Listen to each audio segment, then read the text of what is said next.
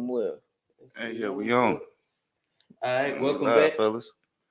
Welcome back to the To Be Fair show. I am your host, Jonny P. Over here, real. It's Q. And we back. I want to tell everybody we appreciate you for tuning in. Yes. We're gonna hop into some memes. We're gonna let some more people get in here, but I want to tell everybody hit the notification button, hit the subscribe button, follow us at the To Be Fair show. We on Instagram, we on TikTok, we on Facebook, we on Threads. It's the To Be Fair show. And yeah, we'll hop into it. We got some memes lined up. Marisha Mathis, special guest today. She's gonna be tuning in a little bit later on. So definitely got a special lineup, some special stuff lined up for y'all today. And we'll kick it off. So what we going? Rock, paper, scissors? Yeah, that's where we are. Let's do it. Johnny clueless. He didn't even want to drop us into that. He just did. thought we knew things. All right. No, we good. Yeah, I'm up here with it. Watch this. All right. Shoot. Got both of y'all niggas. No, you didn't. Oh, damn. Okay. That was a draw. Oh, it's a draw. Okay. Happy feet. All right. Y'all threw it after the fact too. Like, come on, All right, bro. come on. Here we go. Okay. Y'all trash. Yeah. Send me last. Y'all trash. All right. What we got? Let me see what I got. Well, let's just start off right here real quick before we even get all the way. Talk right. I already got the back here. Talk right. I already got the back here. I don't give a damn about getting booed, nigga. I done already got paid. You paid to see me, nigga. You paid to see me. Lakers, Jazz, and Warren ass, nigga. Pull out some money, though. Nigga. Bitch ass, nigga. Pull out some money. Pull up. I hit you in your goddamn head, nigga. Pull out some money, nigga. I hit you in your goddamn head. Pussy ass, nigga. Hit you in your goddamn head. Pussy ass,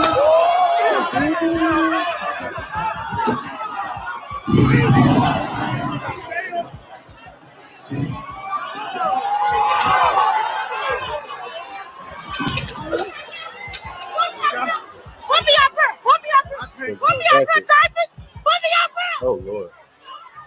Security trying to get up on stage. Ski mask out. Talk Talk right. I ain't got a scratch on me. Ain't nothing swollen on me. And I'm sitting there counting them nigga money. Nigga, I'm sitting there counting them bitch ass nigga money without a scratch on me, nigga. Them hoe ass nigga can't do nothing. Charleston White untouched again. He got jumped by a bunch of, they whooped the whole city. Charleston White got jumped, and Dewberry and Big Dewberry knocked them bitch ass niggas out, my nigga. And look, y'all go watch the video. I knocked one nigga across the head with a lamp. Hit one nigga with a microphone. Hit another nigga with a chair. While punishing them hoe ass nigga before they got to me. I was punishing them hoe ass nigga. I was waiting patiently. Go back and watch the video. I didn't run. Boy, I was waiting patiently to punish them bitch ass crockett niggas. All right, got you. So I guess let's throw out the disclaimer. We are not media takeout, save room, or the spiritual word. But we recently was just talking about Charleston last episode. So this does make a lot of sense to it. I don't know. Do y'all want me to? I can start it off, or do y'all have? Yeah, I need more background. Context. Yeah, because I don't really. I guess that probably was a little small for us to see and hear. Where what it was that he was performing and he got into an altercation while on stage. I think he hit the guy with the vase, and then the guy jumped on stage, and then the guy and his friends jumped him, and it was kind of stumping him out on stage, and then that's kind of where it cuts off. So you don't see what ends up happening. You know, he does comedy. He does stand-up. Yeah, he does stand-up comedy. Yeah. So hold on. So I was listening to him because I couldn't see it, but based on what he said and what you just said, yeah, and those are two separate stories. That's the thing. I don't know if you've ever seen like every time any rapper gets into a fight and they get beat up, they go on camera and be like, "Oh yeah, he got a scratch." Yeah, that is that's what he was doing. But if you just look at the video, he he was trying to like have a chair in his hand, and the other dude came and hit him. He was on the ground, and both of the two goons was on top of him. Oh, bro got hit. And eventually, like the security, I guess security came. Okay. We never got to see the security save him. It just stopped right there. Damn. But there was no way that like what he said wasn't true at all. Okay, the camera just shows the fact that he got jumped, and you can see. Okay. Now I did see him say a little bit later on that like he said he dropped the money, and he was like, I was going for the money. He was like, I left out of here with all the money. He's like, them bitch ass niggas was stomping me out, and I dropped the money, and I wasn't worried there's about. An admission to that. He said I wasn't worried about hitting them niggas. Oh, he was trying to make sure he got his word. He was trying to make sure he got the money. Okay, and I also that's to me that's a more valid point than I beat them niggas up. Now, if you got beat up and you say, hey, I couldn't beat them up because I was making sure they ain't take my money, that's way more valid than. My thing is, what's the point of lying if the video's out? Yeah, I didn't understand it. That's why I was kind of like, oh Lord, like you're doing the rapper thing, in which again, well, that's the ego. That's ego. Like I mean, that's a great point. That's of course. Like homeboy in that Laker jersey was not a small guy. He looked like he played D1 somewhere. Yeah, bro got hit. Ray Lewis, like bro.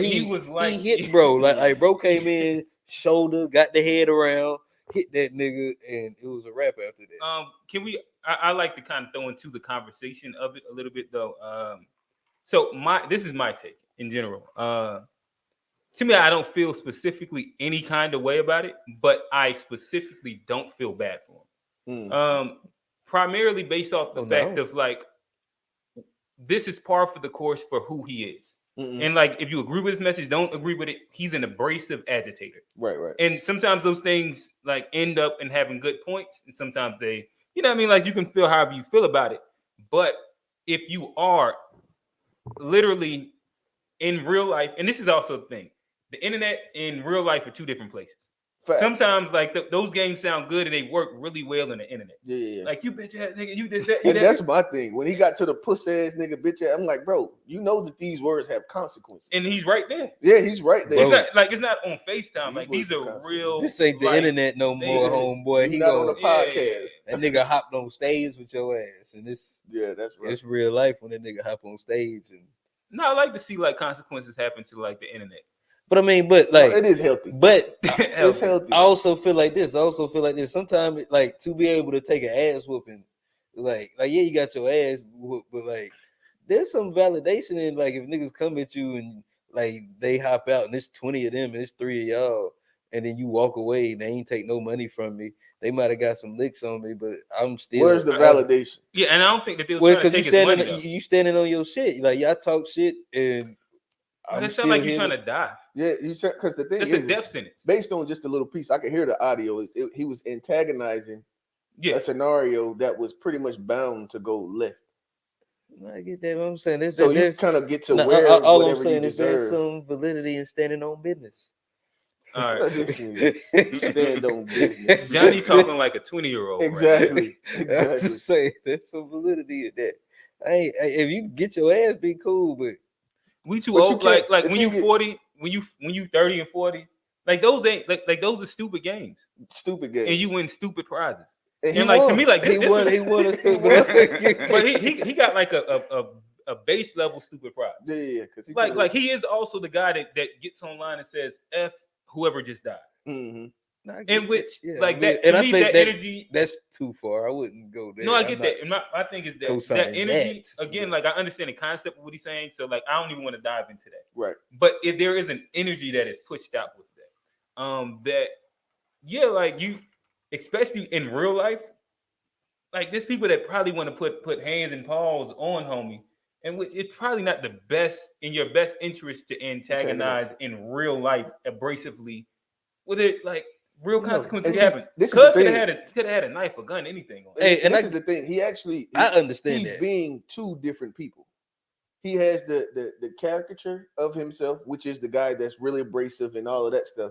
And then he has this the more articulate, you know what I mean? It's like it's a duality to him. So let's just give him a piece of advice. You should take the articulate, take that on the stage and leave all of that.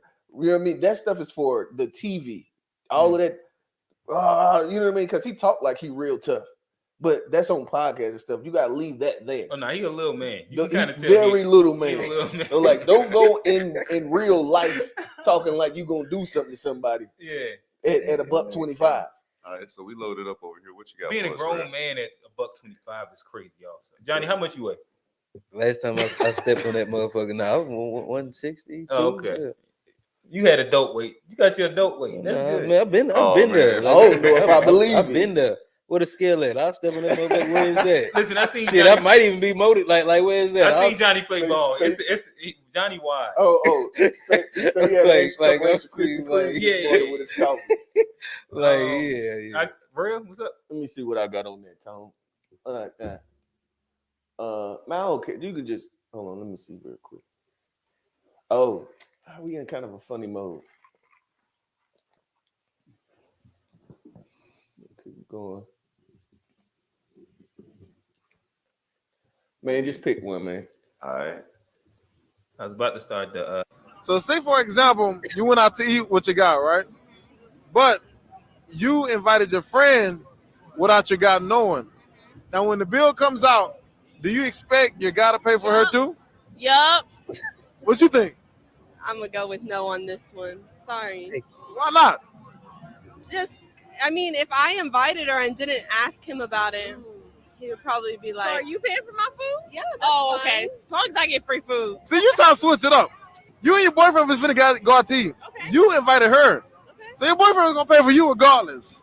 And he gonna pay for her regardless. Even though you didn't No. tell him. Yup. To be fair, we do get kids meals, so Shut up. If you broke, just say that. So you expect your guy to pay for her even though you didn't tell him she was coming. My man would, because he's a good man. A good man would. I'm not saying my boyfriend's not a good man. He probably would pay for her, but I wouldn't expect it out of him. So say for example, you went out to eat with your guy. What y'all think? I don't know. I don't like these conversations because I mean, it's just. I feel like some of it's common sense. So it could be like if you invite a stranger that I don't like, I just don't like them. So you saying you're not paying? No, I'm not like. But first of all, before I even paid or not paid, I'd be questioning like. I just don't like them conversations. It's just I wouldn't go there. What are you saying, right? This nigga just said a bunch of nothing. Yeah, I just think. I mean, like didn't if I answer. paid or not, like I just think if you just expect me to pay and I don't know this person, I think that shows a lot about who you are. So as are a you person. paying or no? No, I'm not. I'm not paying for somebody I don't know. Gotcha. Right. So yeah, I guess to me like it's simple. No, I wouldn't be. But one, I think I can't wait for our guests to come because I love to get a female perspective on this. Mhm. But yeah, in general, I think it's like two phases to this in general. Like if I'm going out on a date with my lady, why would her friend be accompanying us?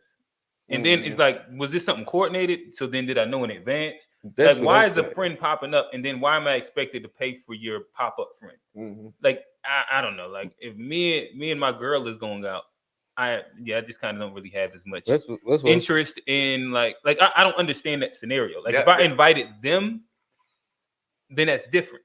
Like if we were all out somewhere and I said, hey, let's go get something to eat, then that's also a little different. But just a random scenario, nah.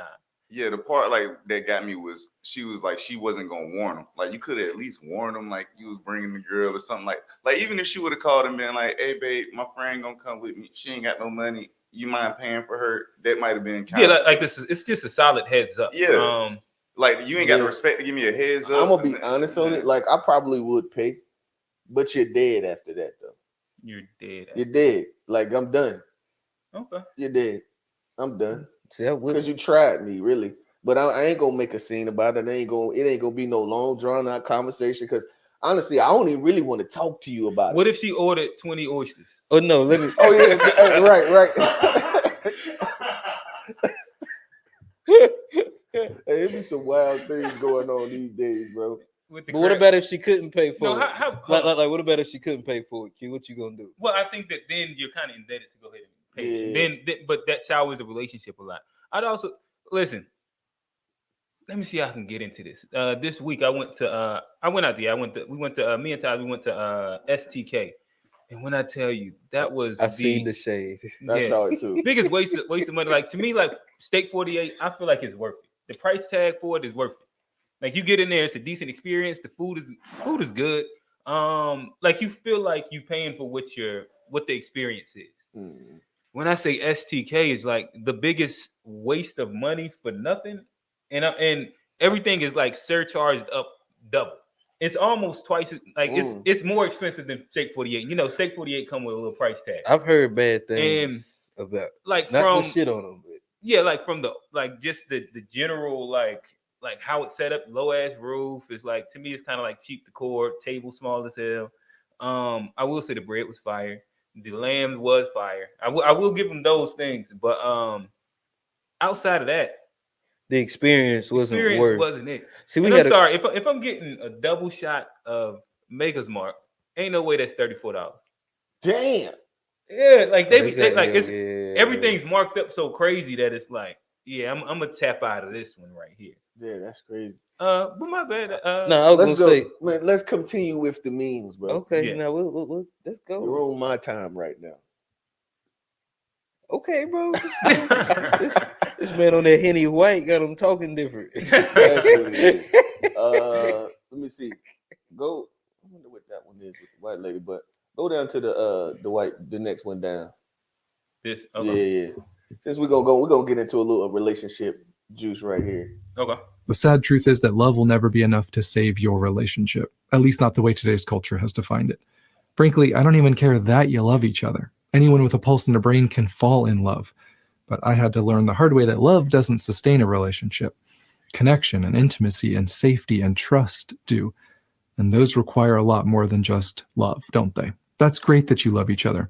Here's a better question. Do you respect each other? Does your partner feel respected and valued? Do you even care anymore? Do you work to appreciate each other? Do you serve each other mutually? Can you take accountability when you mess up? Can you repair conflicts together? Can you listen when they say you accidentally hurt them? Can you be vulnerable? Are you a safe place for them to be vulnerable and honest about what they need to feel valued? Because love's not going to be enough. How you love each other is what's going to make the difference. And for those of you who are married, saying I do doesn't mean you can. It just means you want to. And unfortunately, relationship success has nothing to do with your intentions. It has everything to do with humility and putting aside your ego and becoming a team together where each of you cares how the other feels loved, valued, and prioritized. I thought that was cold. Bars. That little piece right there. But you know something too, what actually made me send it in is because of a lot of the times I guess a lot of people think of love as an emotion and not an action word. And so that's where, if you see how he differentiated the two, to me, he said how you love each other. To me, in my opinion, I consider love an action word. So how you love is love. You know what I mean? And that was the thing that kind of was like, oh, okay, well, he's kind of separated the two things from the. Oh yeah, no, that's. And then the idea of he was saying that love is not enough based in how our current society defines it. Yeah. No. What do you think? What do y'all think about that? What do you think that how do you think that they're defining love right now? For him to feel that, to separate the action from, I guess, emotion, that would have been. Well, I feel the same way because one of my I ain't gonna use it, so I'm gonna say it here.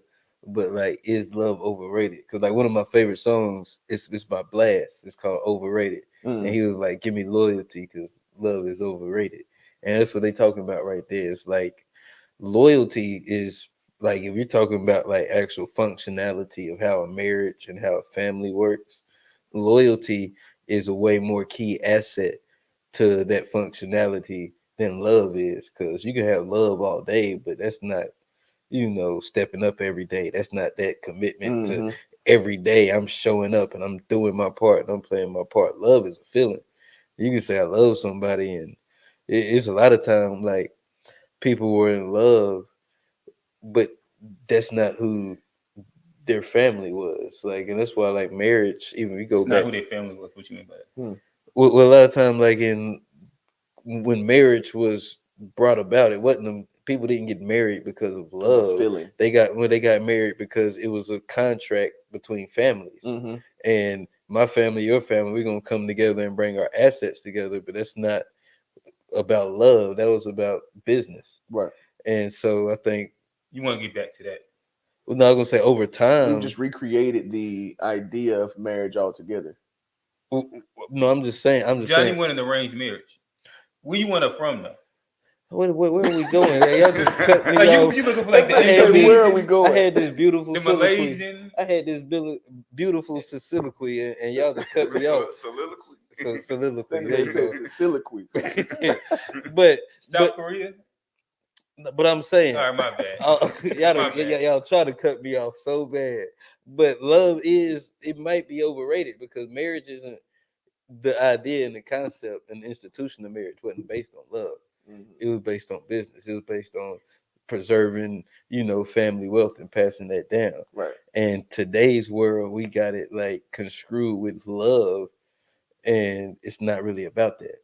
And the funny thing is, well, I don't want to go too far. We're gonna get back to the beans, but I also think that that's the reason why, like, because we've attempted to redefine love socially, but not as far as the laws go. That's why the shaft is so strong, because the laws are still based in a older version of marriage versus what we're actually getting married for, and the ideas that we have for marriage. So that's why I think that. But yeah, let's continue. I'm gonna do one more, man. Just pick one, and then I'm gonna get out of here. Go ahead. Yeah, Johnny just he monologued for a long time. What soliloquy? Would you call it? Soliloquies. Soliloquies. I don't know. They teach him something in South Carolina. I don't know. Teach him something. But no. All right. So I think my bad. Like the initial question was, is love isn't enough? And I agree with that. As he defined it out, and he started using like intimacy. He used a couple different action words that all, to me, depending on how you define love, could be a branch of love. And I think if I go to your direct question, you asked like how are we defining it? I think that there's a couple different ways that we define love. I think the initial phase of love that most people think of is like the infatuation stage, like that puppy love, like that feeling of like your heart kind of like flutters a little bit. The dopamine hits, that person makes you feel away on sight, on touch, XYZ. That never lasts. You'll be good and lucky if that lasts 5 months. Yeah. But I think that love after that ends up becoming your willingness to consistently do all those other things. And to me, love is an action word. Like, it's not just like I feel this thing, this euphoric thing. To me, that's like how people romanticize meditation. Meditation, when you was young, you thought that was like you was gonna go into a trance and you was gonna like. No, it's an action of doing specific things consistently, and that's what meditation is. That's what love is also to me. Yeah, I'd agree. And just pick one, and then we good. When I wrote Being There, a lot of teachers reached out to me and said, they all said the same thing. I can tell you, one of them said, I did an experiment. I asked every kid who was in daycare, who had been in daycare in their childhood, to raise their hand. And she said, I'm right every time. I can tell you which kids have been in daycare because they either have attentional issues or they are more aggressive than the other kids, or they seem kind of unbound. So that is the message I got from teachers, which is teachers can see which kids have been in daycare and which kids have not. When I wrote Being There. It's a cold one. And then hold on, give me, I think his name Ben Shapiro. Let's see where it's at. Keep going down. Well, as you find it, I will say I looked at that and the comments are funny. I don't love me reading comments, bro. I swear I'm retarded. So I was interested in that because of like she made such an interesting statement, but her comments was the exact opposite of that statement. You said her comments? Well, the comments in that from that video right there. Well, I'm saying, you saying stuff that she was saying, or the things that everybody was saying about what she was saying? It was teachers that disagreed with her. Oh, teachers that disagreed. Yeah, it was a bunch of teachers in there that disagreed with what she was saying. But yeah, go ahead. I don't understand for the life of me why we are telling women that their best and greatest superpower, creating another human from their own body, is less important than working as an associate law clerk. Working 2,100 billable hours, checking footnotes, is somehow more important than raising the next generation of human beings that you made with your own body and then bringing them up. Now, some people may choose that. Fine, again, for the 1,000th time, that's fine. Do what you want. It's a free country. But if you're going to indoctrinate women to believe that happiness comes from working as an accountant, but not from spending more time with your children? There's not a single person who on their deathbed said, I wish I had done one more doc review. I don't understand. That one was for cute. That was me. Your body language, like immediately, bro. I love it. I love your body language. What did I don't know. Explain to me what I did just then. I just looked at it. So, what do you think about that? I don't really have like a strong opinion. Like I know who Ben Shapiro is. Do you and I understand. No, just not who he is. What Do he you just agree said. or no? With like the overall comment that women shouldn't base their value specifically in the job that they work. Is that like what he said? What is not? This is listen. Don't. This is why. Don't go with me. This is. Oh no, I guess So I'm not doing any. Just ask me the question that you want me to answer, so then I can answer. Do you agree with? He was saying that pretty much to what he doesn't agree with the idea that we've culturally told women that their superpower is that pretty much their superpower is more, well, them raising kids is not as important as the job, them being the career women. And the dopest thing for me was at the end when he was like, there's nobody on their deathbed that said, I wish I would have, I can't remember the exact thing, pretty much written another article or whatever he was saying. Right. So I guess I don't know, it's actually like a weird little thing. So I don't think it's specific to women either. I think that no man wished that he worked another like double overtime shift. Yeah, he said nobody. So I mean, right, and that's what I'm saying. Like, so if we're just speaking specifically, like, do we value work over family more? Yes, and I don't think that. I'm sure that there's a balance that should come with that. I don't think that is like really gender specific. But that's why, like, I don't specifically care about it. Like, it's.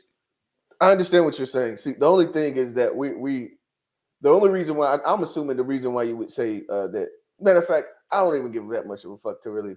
And I also don't think that there's a specific push where society is saying, hey, women, don't be mothers. Go get that big career, as much as it's like you have the autonomy to do all things. You can be a career woman. You can be a housewife. You can be anything in between. Mm-hmm. To me, like, that's kind of like the notion where it's like y'all for, I don't know, like the majority of human existence were constrained to this specific role. Within the past like 70 years, y'all are starting to have options of different roles that you can run and do. And I don't think that there's an issue with it. Yeah, I was going ready. At first, I was willing to debate, and then I just kind of decided I don't really. To the man, you ain't for no boxes. There was no box to be placed on either side. I wasn't trying to go deep into it. I just was just there. I wanted to make sure I answered the question. I guess we're gonna put Jonny last. You can go next, bro. I want to go last if that's no. I want you to go. Well, I can. I guess I had like at least one or two that I wanted to kind of like. Let me go next, bro. I'll let you go second last time. But if you really want me to, it really doesn't matter. Go ahead, Jonny. It's just the fact that when you win, you're supposed to be able to delegate the juice. All right, so then I'll go. Okay, go. It's not that big of a deal.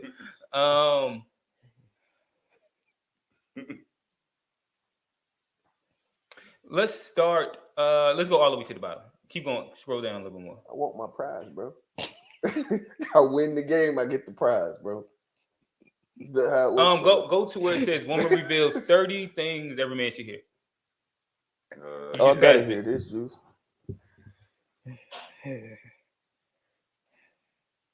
Man walking this earth needs to hear these following 30 things just to keep him going and keep him motivated.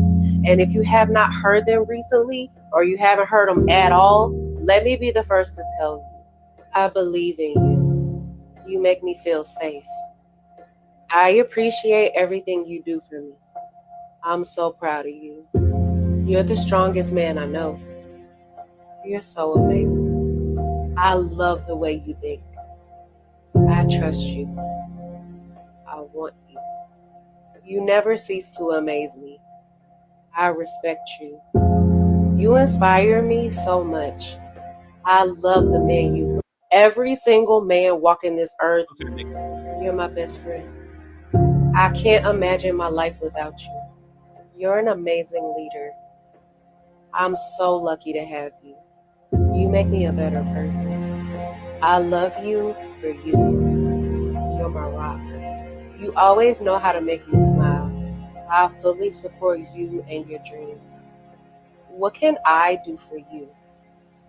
I love learning from you. Your masculinity is so sexy. You always know how to make me feel better. You make my life better. I honor you. You're so amazing. I'm with you no matter what. You're my best friend. I don't know. We can react to it. We can kind of move on. I just thought that was really good, really powerful.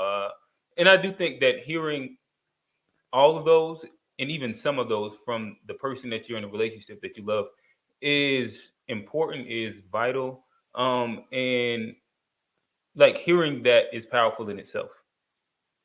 No, I agree with everything she said, but I think you have to make sure that hits the right audience, because like I don't need to hear somebody. I think that's more for women. Women should hear that. It's not necessarily for men. Man. Like I don't need to necessarily tell my partner that, but or I think the audience needs to be. Johnny, what are you saying right now? now? I understand what he's saying. He was saying that it's more it's more for pretty women. much to tell women to tell this to their men versus. Yeah, I don't need to. Because I mean, her telling. Go ahead. You gotta look. He was gonna say something. Yeah. I imagine that this is a show in which there's two sides to this, right? Where we have women listeners. As the show grows, we also have a woman guest. Mm-hmm. And I mean, truthfully, I think the majority of our demographic, even who listens, is women. That's true. And as well, there is a conversation that's based around how often do you hear this from your partner? Mm-hmm. Is this something that your partner actually does say? And I think the void of that, and the reason why that hits so hard, is the fact that men don't hear this often. Mm-hmm. This isn't something that's often heard by men. So I think that this is a room in which hearing that from her also hits inside a couple different ways, because there's a space to where, like, even hearing that and hearing that and imagining your partner say it Mm-hmm. can resonate to where it's like, hey, babe, I would love for you to tell me some of these things, or like even send that to Shorty, and that can mean something. It can open up a dialogue in general. Okay, I understand it from that perspective, but my only point was I don't think men need to, because I know that's all the stuff I want to hear. Like that's my only point. That should be. That's all I was saying. It's a lot of men who don't know they need to hear I that. was just about to say that. Yeah, I mean, and I've heard some of those things, and it is power in hearing it. Like I know how I felt when I hear it. You know what I mean? When you do hear that, I know how I feel when I hear it. It's see what it is that a lot of people don't feel appreciated, and I think that's on both sides, male and female. A lot of people within relationships don't feel appreciated, and specifically the men. I think that we kind of geared socially to just drink water, drive on, as I always say. You know what I mean? The drink water, drive on mindset, it doesn't come with a prize. It comes with more water. You know what I mean? So it is nice to hear things like that. And I mean, if you want to sustain a relationship, I'd say that is something that you may want to make a part of your character, is to provide those confidence building compliments that, you know what I mean, that it gives the man the drive. I'm not saying that all men deserve these type of praise, because we all not living up to that standard that the praise comes from, but the ones that do in any way, because the thing is that the more you motivate him, the more he's going to be motivated to, you know what I mean, take you off to the next space. So yeah, it's definitely beautiful. Yeah, nah, I agree. Yeah, I don't know. I feel like this might be we hitting close to that 35-minute mark. She was showing her books in the background a minute ago too while y'all was talking, so I think it's a good time. So I think this might be a good time to add to the stage. Yes. I guess I don't know, Johnny. I'll toss to you for a quick second. Oh yeah, we got Marisha Mathis. Mm-hmm. She's a author, blogger, mental health therapist. Her book Big Mama Was Wrong is coming out. We definitely very honored to have Marisha in the building with us. You can find on Instagram at Marisha Cares. Definitely, round of applause and a big honor to have her on our platform with us, Marisha Mathis. Absolutely. Welcome to the show. We appreciate it. We appreciate it. Do you have were you backstage listening? She got to unmute you. Your mic is muted. I did. I muted. I unmuted it. I'm sorry. Thank y'all for having me. I've been here the entire time. Okay, what is your thought on that last meeting? I understand what everyone was saying. One, I think it does depend on who you're talking to, because it is a criteria that the man obviously has to fit in order for a woman to feel comfortable telling him those type of things. I understand why a man would send it to a woman as an example of saying, hey, these are the type of things that I would like to hear. But then I also understand whereas I think what was being conveyed was not so much that I don't want to hear it, just that I don't need to watch this video to hear it from her. So I understood what everyone was saying, but I do think those are very beautiful affirmations that a woman should be able to and should be willing to tell her man. Yes, ma'am. All right, hey Tone, I would like to do. I got. Hopefully, it'll be two quick ones, or maybe it's one. So let's start with the scroll up a little bit. All right. Yeah, that's as far as you go right there. Oh, it is. All right, it's homie it's my right. He has the shortcut. He got his mouth wide open. He's like 3 rows down. Bottom right. Yeah. Everybody don't go to college for the pursuit of higher education. Right? At least that's not what we start off. Some of us go to college because that's the first time we ever had a space where we actually just have our own bed. I mean, some people don't have a bed at home. So going to college is the first time you have a bed. Going to college is the first time you have a space to be yourself. Everybody don't come from a household that's conducive to their learning and their growth. You feel me? Sometimes your household could be a toxic environment. Going to college also the first time we gain exposure outside of the block. I went to London and Florence through Syracuse University study abroad program. Nobody that I could name right now been out the country to learn and be a student of where we at. You get me? So like college is not just for the pursuit of higher education. It don't even start off that way. I declared my major during my sophomore year, the end of my sophomore year, but I didn't know what I really want to do until senior year. Now I know what I want to do. So I'm not going to portray that narrative that like college is just for the pursuit of higher education. It's much more that you learn in college from just academics. You learn about the importance of time, deadlines, setting, you know what I mean, scheduling. Because a lot of people do need somebody to place the schedule upon them, or you're going to place it upon yourself. But you learn a lot of things being in a collegiate space. And then just the exposure. And I say like it's 2 forms of incarceration.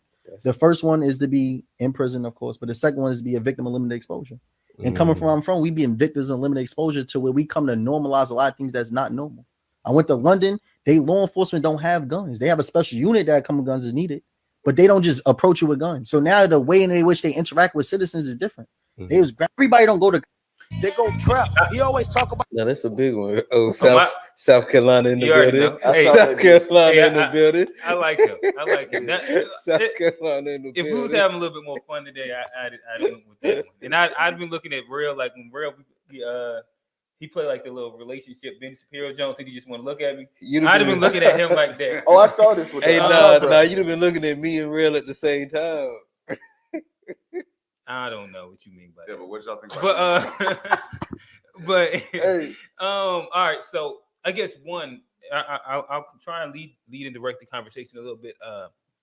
I think that was really, really powerful. I've heard like there is a narrative right now that is a little bit anti-college. And I think that there is a lot of things that you can do that don't need college. You can easily make a lot of money, and you don't need college. Right. I also like thought the pleas of which, yes, I don't agree that you should get into like massive debt for an experience. Right. But now let me push all those things aside. I think that college is an experience that I believe if you can do it, everybody should experience, because it's nothing quite like specifically the college experience. And to me, I know that was when I felt that I came of age, when I really learned who I was, and I had to stand and like figure myself out.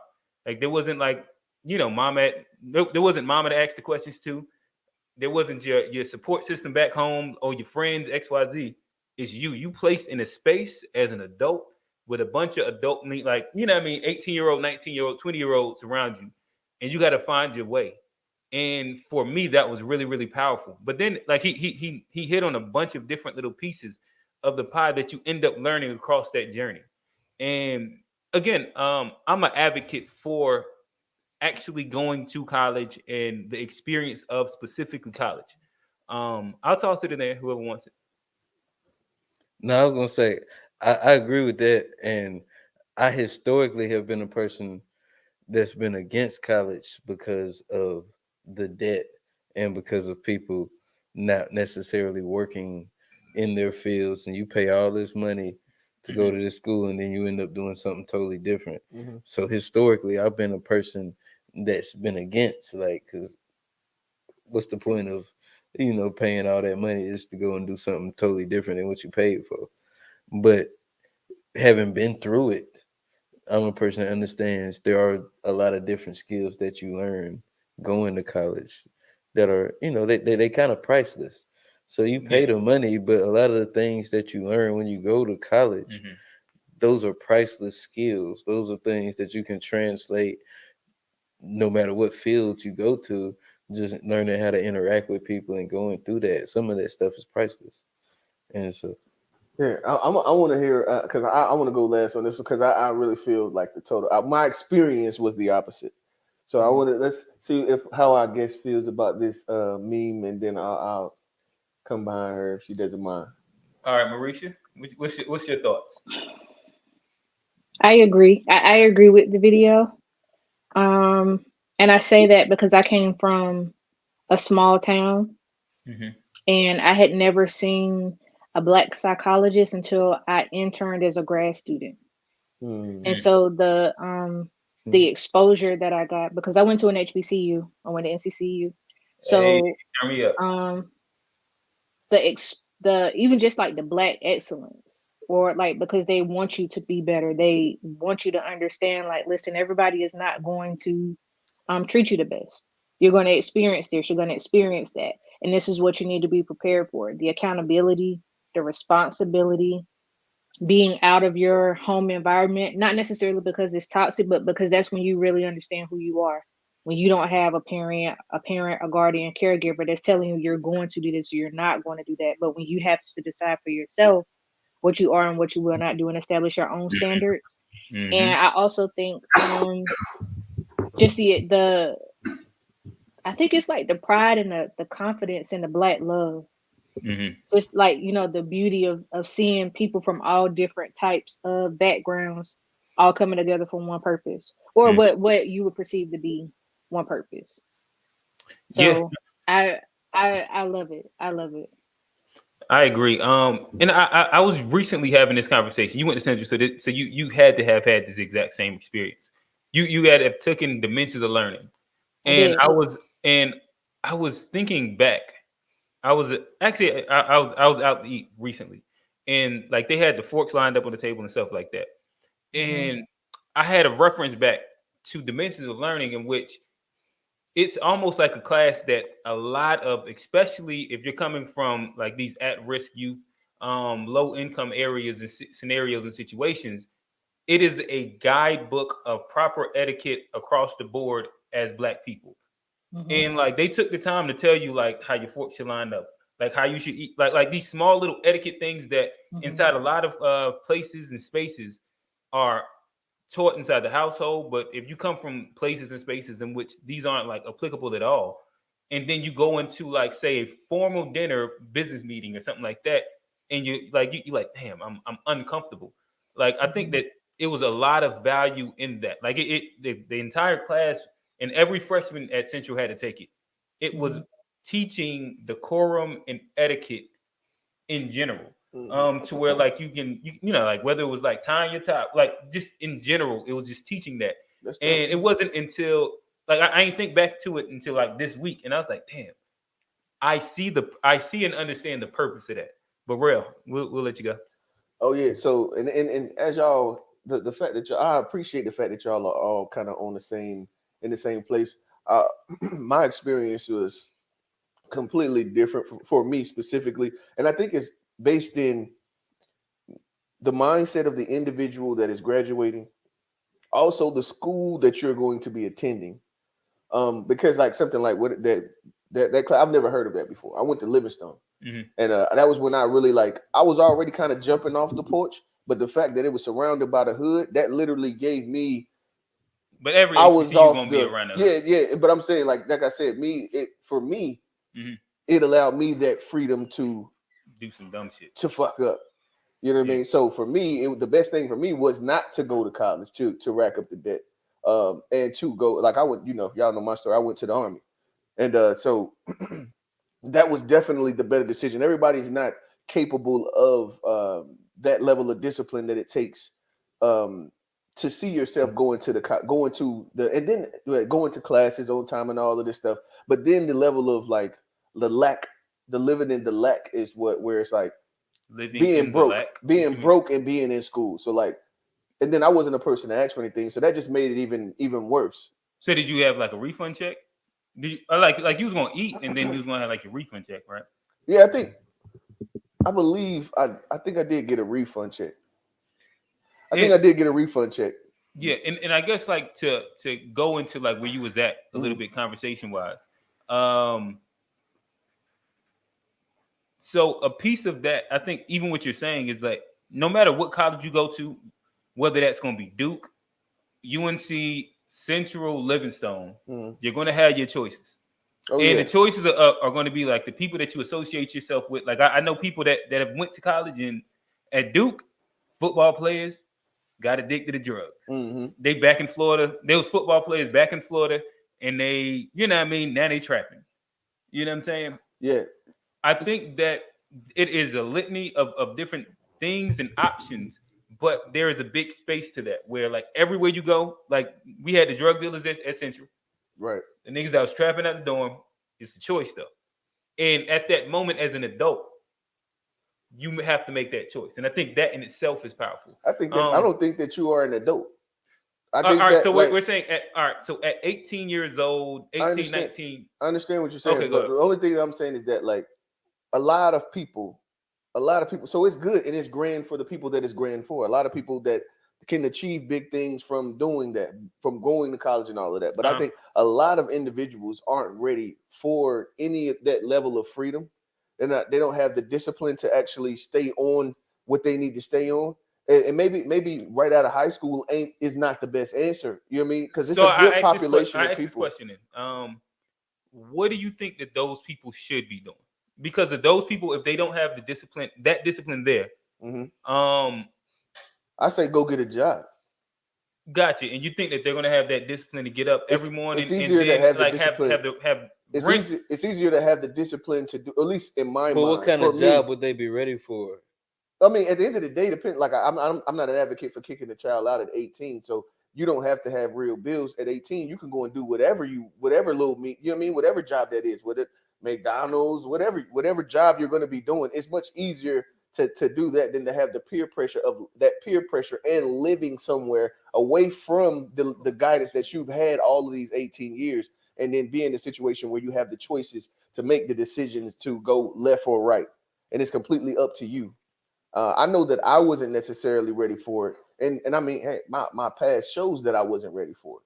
I was still looking for I don't know what it was I was looking for, honestly, but it wasn't leading me to the right place. Gotcha. I need to go and get some more structure, some additional structure before I could even take the situation seriously. Right, but it also sounds like you went to college in the military. I think the military is like almost a different version of college, where a bit of you're surrounded around peers with a common goal, and like y'all are figuring things out, and you're placed in that as an autonomous individual.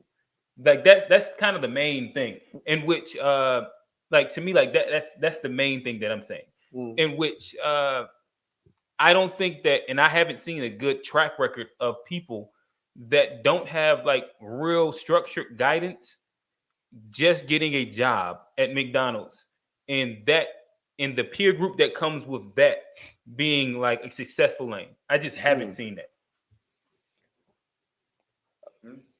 I've seen it, but I mean, everybody's gonna have a different scope. Oh, we don't see Okay.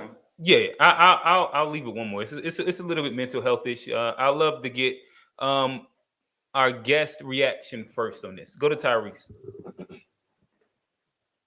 Okay, right here at the top.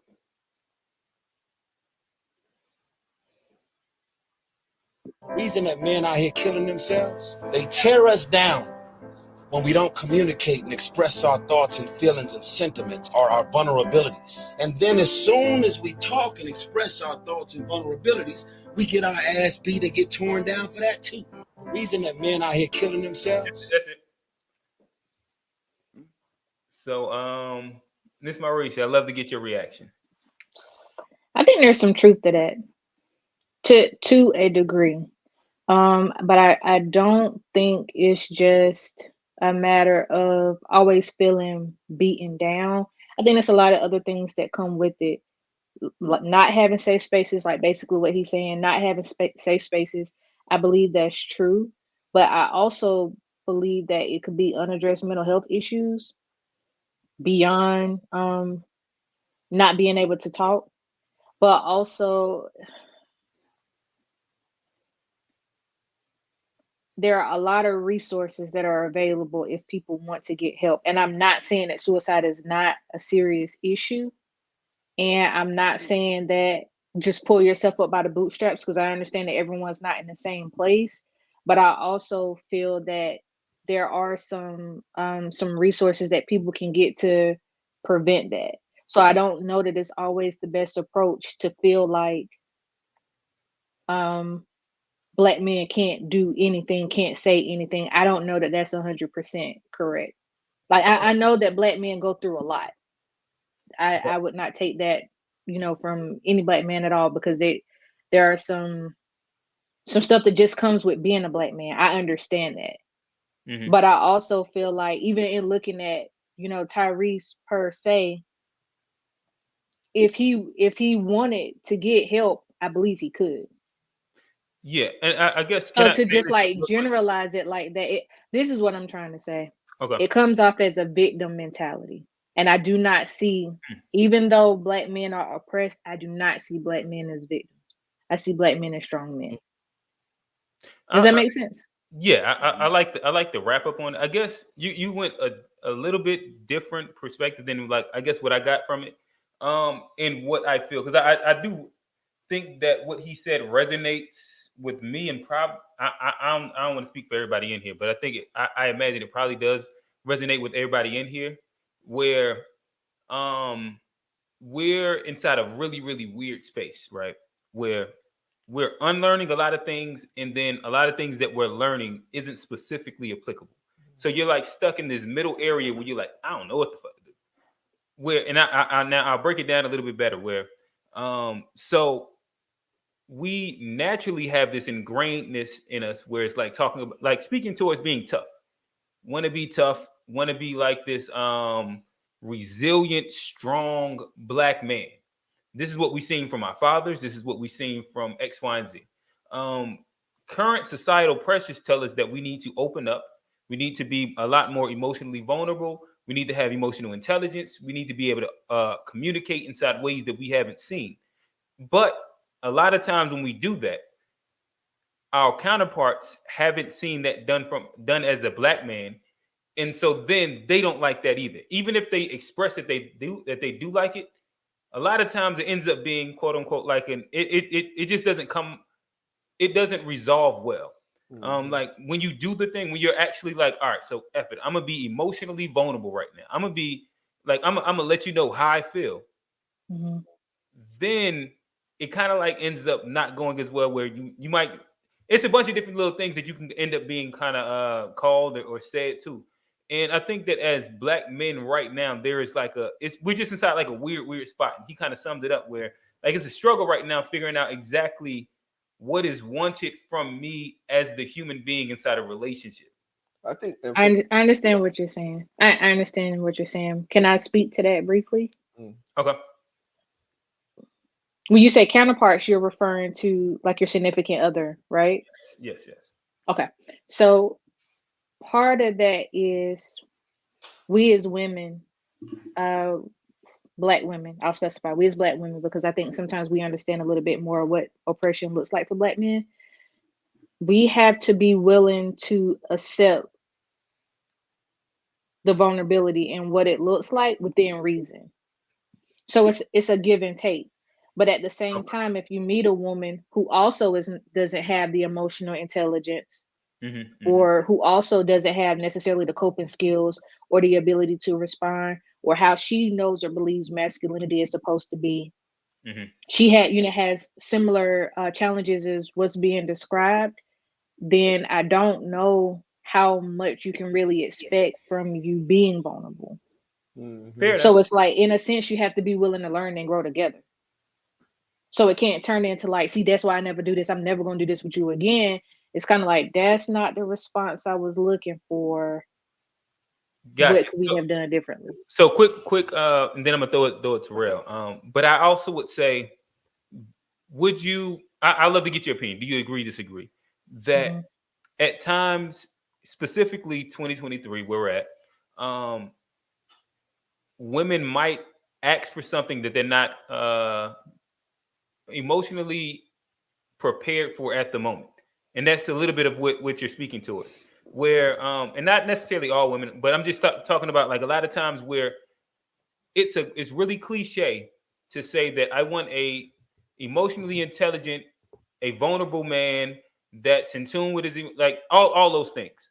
And like it's a good little thing to put on Facebook or Instagram, but what it actually look like? Do you think that majority of women have the tools to actually be ready for that right now?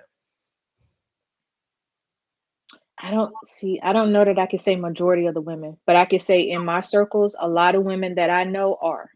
Okay.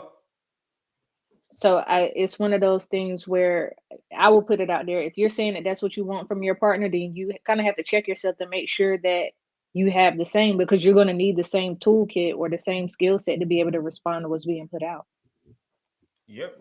Real. Oh yeah, no. So I was just gonna say, like, I agree with the dialogue that you all were just having, and I agree with what she was saying. I would say that first, I don't believe that majority on either side are able to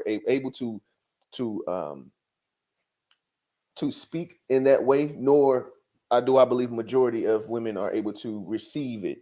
I think these words these soundbite, we use a lot of soundbite words in 2023. Like a lot of these things just sound good. Y'all know that's my joint. It just sound good. Like you say that you want a thing, but you know what I mean? That's like people saying like, oh, I want to be a millionaire.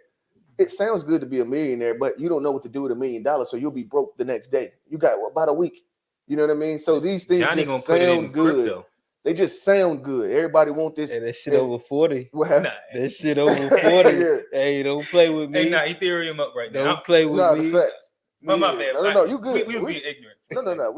I like that bag. You know, that's the market bag. I like that bag too. But but I think that a lot of this, it just sounds good. And like I always say, we're at a place, like I don't like to call it like a gender war. You know what I mean? I don't think it's a war. I think it's just us getting an understanding. Down the line, we'll have a generation of men and women, Black men and women that actually love each other and want to be with each other. I don't think that that's actually so much of a real thing right now. It just sounds good.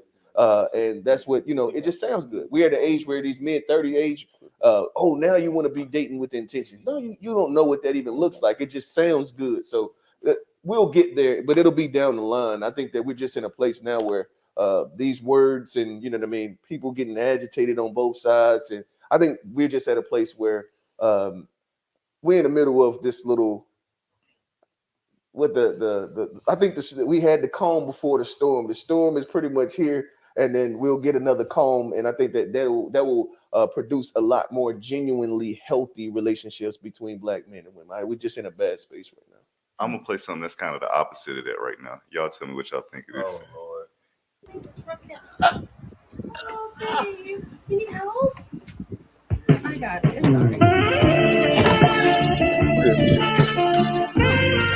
can just grab my purse, okay?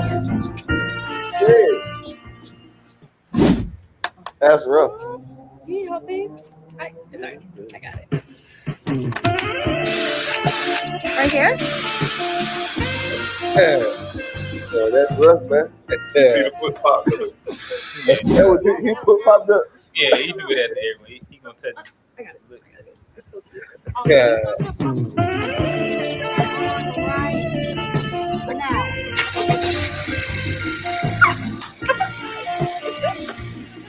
That's eight. That's good. Hey. These guys I better mean, get that's it what together. I see kind of going on. Hey, they better get it together. They say they ain't even putting spare tires in the cars no more because they ain't even. They putting fix-a-flat in the new cars, bro. Oh, bro. They ain't even giving you a spare This tire ain't anymore. nobody changing tires. Bro, no that's more. because y'all are fucked up, bro. Who is y'all? I done changed the tire like recently. I'm talking. Well, Changing we. the tire. Bro, hold on. Let's not say y'all. Let's say nah, we. because you Hold on. you use both Let me hands. retract it. Let me retract. And Let me point it over retract. here like niggas over here don't know Okay, how to change Can I no retract? tire. Can I retract? I said we. My bad. I messed that up. Man. You know what I mean? He Y'all used felt both hands. attacked. Y'all felt attacked. That's because we are fucked up. I think so. I know how to change the tire, nigga. All right, bro. I said we. It's not about you anymore, Johnny. Get out your feelings, bro. Roger said, y'all. Right. Hey, that's crazy. We at a place now where it's like it's crazy. Niggas don't know how to do nothing but fumble on the keyboard, bro. That's Bro. crazy.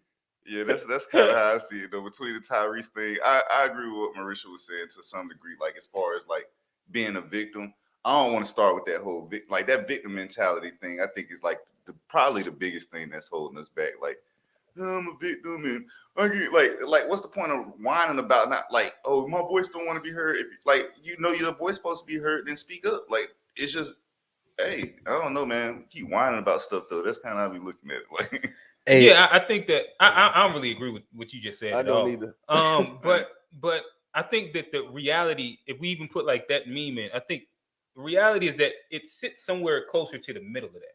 Because I think that is like the point of that is to make a parody of like the new version of the man. I think that obviously if you're a man, you should be able to do all the things that he wasn't able to do. And I think that like it's a characterization. So I don't want to read too deep into it, but I think what the conversation, especially juxtaposing that with the Tyrese thing, is the idea of like, no, go back to being a stoic, quiet man that holds every single thing in and doesn't say shit and let it fester in, and then again that shit's going to bubble into a lot of like abuse.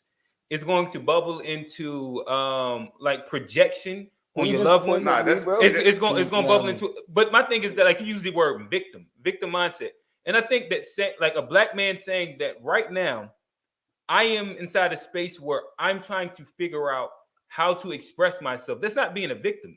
Like right now we're at our first point in time where we even comfortable having a lot of these conversations. I think that probably on this pod is the first time, or like from the pod.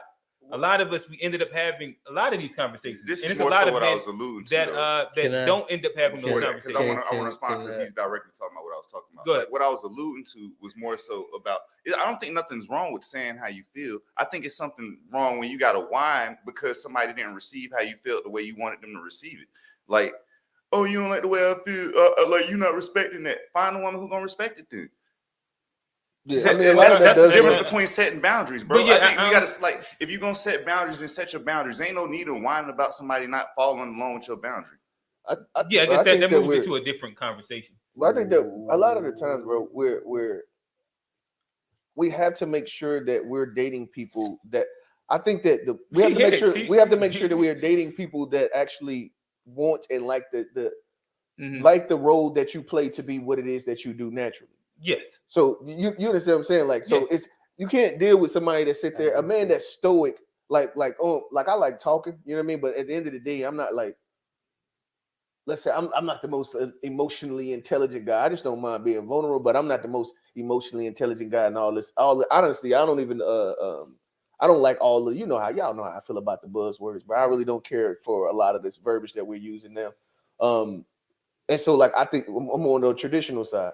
So you would want to align yourself with somebody that's going to be more on that side. I look a lot of women that speak on all of this stuff. They really don't want these things. They really want the traditional guy Can I ask you a question though? What's up? What's your question? But even as traditional guy, real, not specifically like overly, inside the emotional bag inside your relationship, you still want to hit them 30 things Shorty said. You still want when you do feel away for that to be heard and received by your partner though, right? For sure. And if you don't, if it doesn't, you're gonna feel a kind of way, correct?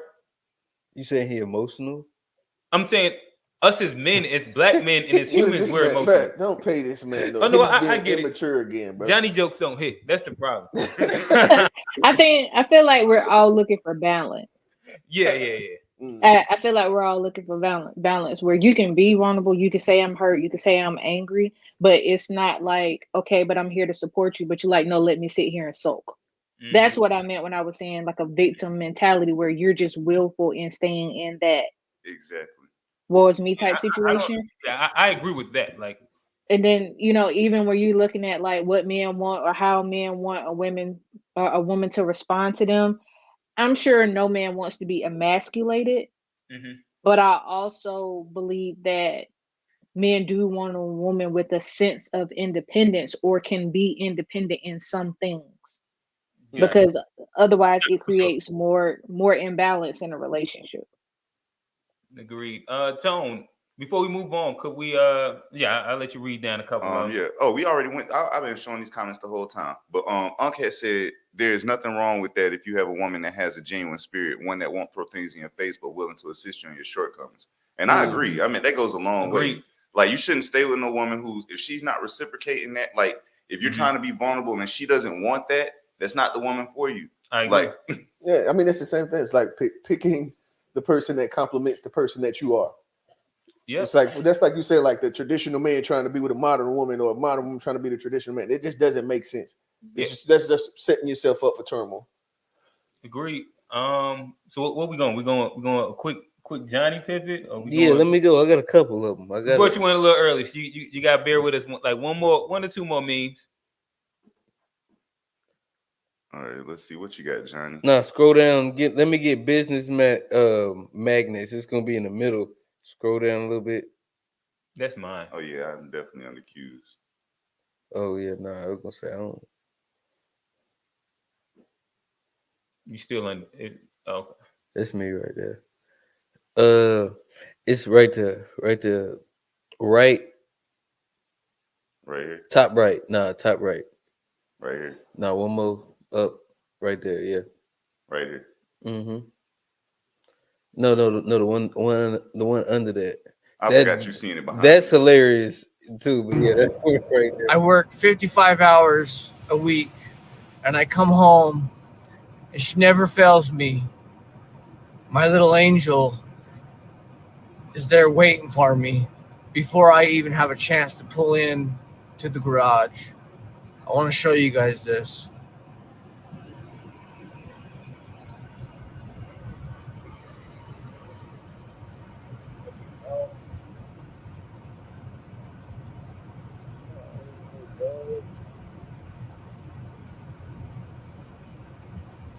As soon as she hears that garage door open,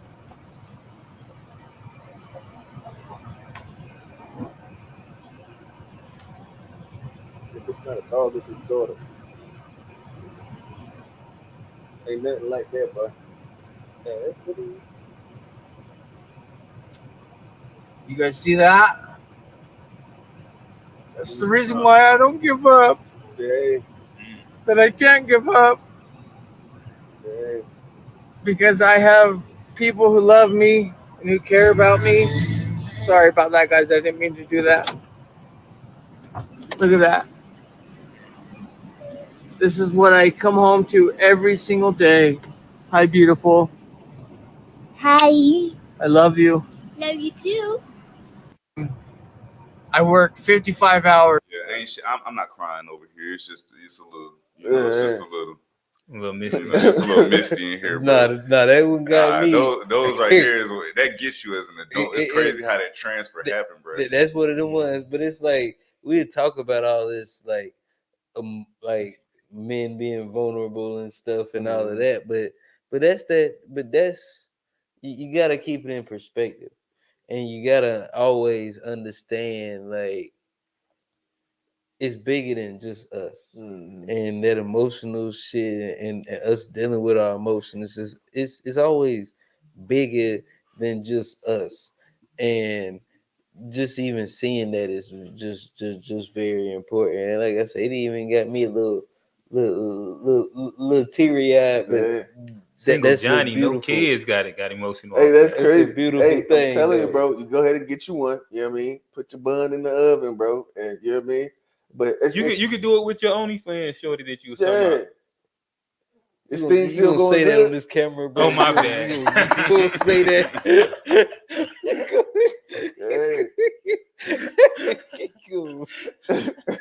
They recorded, bro. Like, My So bad, you got a my guest bad. today, right? Yeah, my bad, my bad. old My guest, bad. bro. My bad, my bad. I'm trying to get vulnerable and shit. Yeah, but no, I would say that. Well, I think any father is gonna feel that for sure. For sure. Especially like new girl dad, like that's definitely something that I look forward to. It's just that feeling right there, walking into the door, and that embrace of that unconditional love. Yeah, Bro, and I swear I own everything, dog. I think, and this is, you gotta try to do. We as men, we have to like double down on this thing with the babies, man, because you gotta try to get at least them first few years to experience that unconditional love, because you the chances that you really gonna get that. And I'm not saying this is What no you mean by shade. double down? With Double the down babies? with What you mean? I'm talking about when our conversations with each other to really tell our brothers, like, bro, I know that it's rough. I know that it's rough. This the pregnancy and all that. The first few years, I know that it's rough. But you gotta stick it out so that you can get this. Because if you ain't never had, and it's and I don't want to compare them to it. You know, I always make the joke. It's like you have a dog or you can have a adolescent child, and that's where you're gonna get unconditional love from. I sincerely, bro, that's a feeling that every man should get to feel. That feeling of coming home and that baby in the blinds already waving. You know what I mean? When you pull up, because she just, bro, she or he, however, She bro, just love you. need to experience that. It's She very love healthy you. for you, like as a man, to experience that, because you may never get it again. So it's worth all of the turmoil. Like, do what you can to make it as good as possible and as healthy as possible. You know what I mean? But you got to put yourself on the back burner for this thing, because it's gonna pan out, and you need to. As far as that, I ain't gonna say relationship gonna pan out, but the experience that you'll get from your child, bro, is completely different than anything that you'll experience in your life again. Right. Marisha, what's your thoughts? I'm not a parent, so I can't say, like Rella saying, you won't ever get that experience again, but I am a daddy's girl. I have beautiful relationships with both of my parents, but I'm a daddy's girl. So I understand the notion of like being the girl that want to hug on your daddy and grab on your daddy and want to sit on your daddy's. Like I understand that 100%. I think kids in general just have a very pure love. And I think I would assume that it's just something that is probably very fulfilling for parents, for you to, to create something and you love it. And then the love that you have put into rearing the child or like just nurturing a child is reciprocated. Whereas what I believe Rel is saying is like, you might have a girl and she might love you, but she might not love you back the same way. Or you might, have friends that you notice there's some type of imbalance, but whenever you have a child, that there is none of that. It's just like, no, this is my child and my child loves me regardless. I could be the biggest, piece of poop in the streets, but when my child sees me, they see none of that. So I think I understand what you're saying. Yep. Johnny, you got one more? We done with you. Let me get one more. Let me get top left corner. Right here. No, dark skin. No, come on, Neil deGrasse. Go down. Yeah, scroll down. Yeah, Neil deGrasse Tyson. Yeah, this shit is supposed to be. Been about 100 billion people who have ever lived. Wow, really? Yes. Do you know how many people can exist?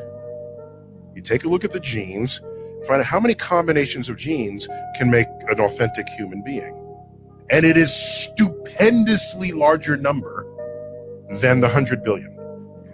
What it means is you are alive against stupendous odds. You are breathing air, observing sunsets, gazing into the night sky. Most people who could exist will never experience that. Wow. It's the gift. Because most people that could exist mathematically will never exist. Wow. So right there, you are as special a living entity as there ever was. Amen. It's been about 100 billion. That was cold. I just think, just if you're a mathematic person, just looking at the math of like what does exist and what doesn't exist and what could exist, like he said, just the fact that we're here, there should be a lot of gratitude and a lot of just thankfulness and just appreciation for, like, even if you the dirt of the dirt or just existence. I feel like there should be a lot more gratitude that we have towards the fact that we even exist and that we're here and thinking the thoughts that we are thinking, because it could not be that way, like, very easily. Yeah, that's all I got. I ain't really got much on that. Yeah, I don't disagree with anything you said, brother. I got an interesting one here. Great, but I got an interesting one here that I'm curious if y'all fall in either one of these categories. It's just like, it's a couples thing, so just see if you want to. Keep in mind if you fall into one of these categories while you're watching. Let me see. I gotta go back to the thing. There's a dancer, it's a social passion. People feel it everywhere. In the night, in my dreams, I'm in love with you. Don't you talk to me like you were. Calling Mr. Raider, calling Mr. Wrong, calling Mr. Ray.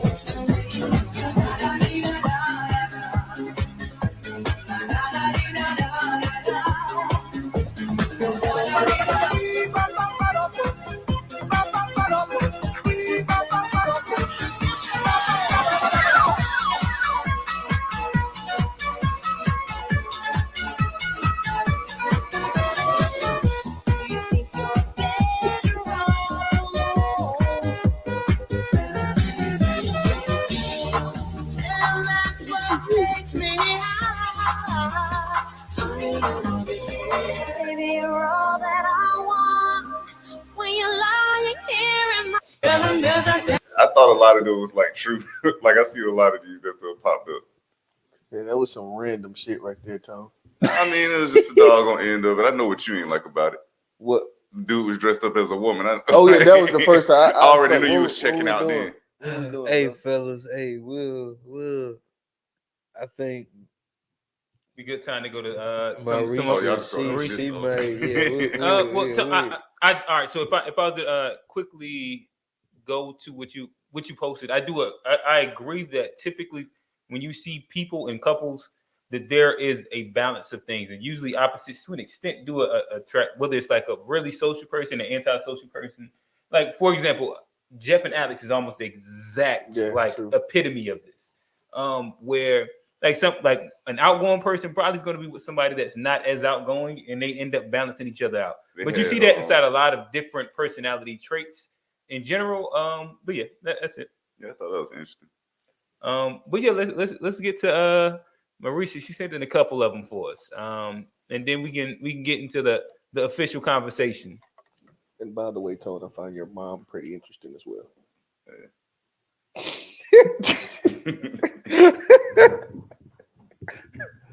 I've been trying not to laugh.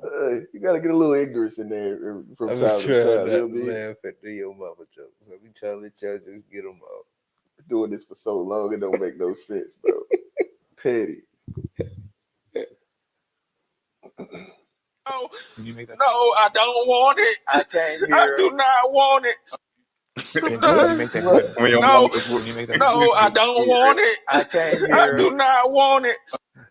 All right, Marisha, give us your thoughts on this. I felt like I related to it. The only thing is when your mama would come to you and be like, the food is ready, you didn't have the option to be like, I don't want it.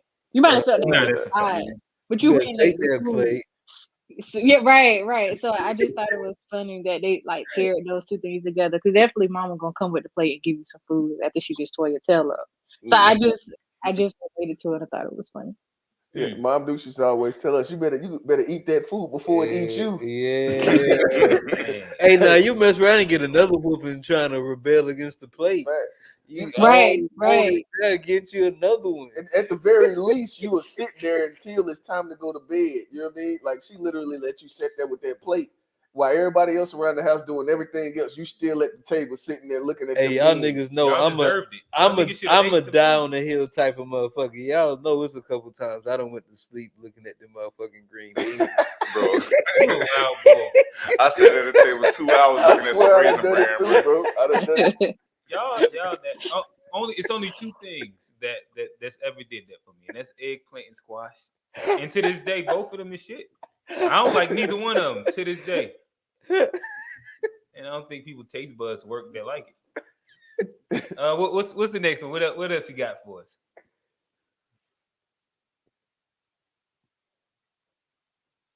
This thing do its own thing. My bad. Oh yeah, him is the black woman at my job. Barbara say list. Oh, okay. All right, give us this one. Oh, self-disclosure. I'm a huge fan of No Shave November. Okay. Because I like facial hair. So whenever I saw the guy get the shape up, it was like, yeah, he did that. So I just thought it was cute. Gotcha. I'm gonna be honest. That meme specifically throws me to a space, so I'm just gonna ask it. You can hit the pass button if it's the pass button. Here we go. So let me see what is the best way to say this inside a PC manner. The homie is white. So you can do that. What is Travis Kelce? Was that who that was? Travis Kelce?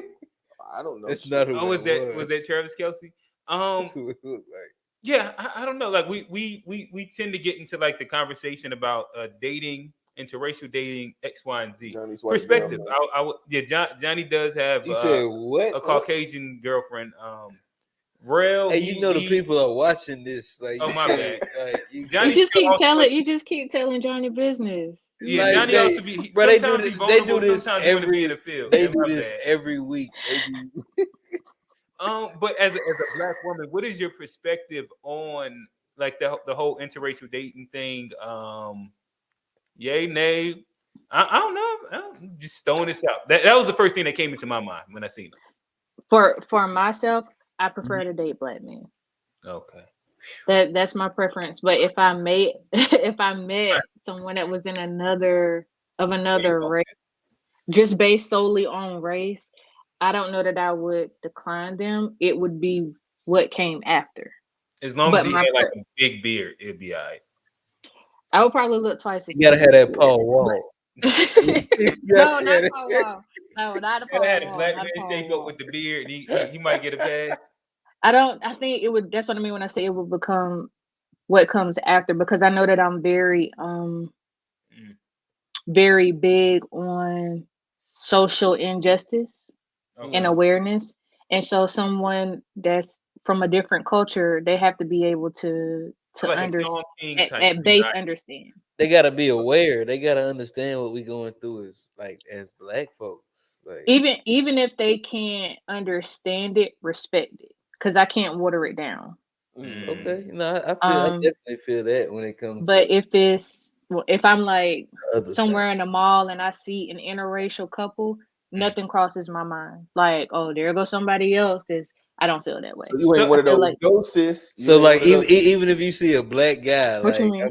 I'm talking about, like he doing his thing, like and you see Miss Becky with him, ain't no. You don't feel no kind of way. Ain't no hard feelings towards it at all. No, my only thing is let it be real. I like that's my only thing, because we already talked about how black men are in vulnerable spaces. Let it be real. Don't add hurt to injury, or don't add offense to injury. Just let it be real. I like. I don't want to see any fad dating, FAD, where it's like, oh, I've already had this, like where black people become exotic. So it's like you got a Kardashian.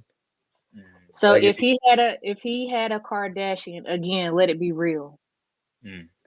Let it be real. I'm never gonna say like, oh, there she go, taking up all our good black. I'm not gonna say that. But what I am gonna say, because I know that black men are good, do them right. Ooh, that's a bar. I like to say, appreciate I that. like that. What I would say do us right. is Yeah. in words of Dr. Umar. Black queens forever, no bunnies never. All right, I'm up. Black queens forever, snow bunnies never. That's just jokes. Yeah, these are just jokes. Unless you like it, and then you feel a kind of way. Jonny, I think that we've hit our quota with memes.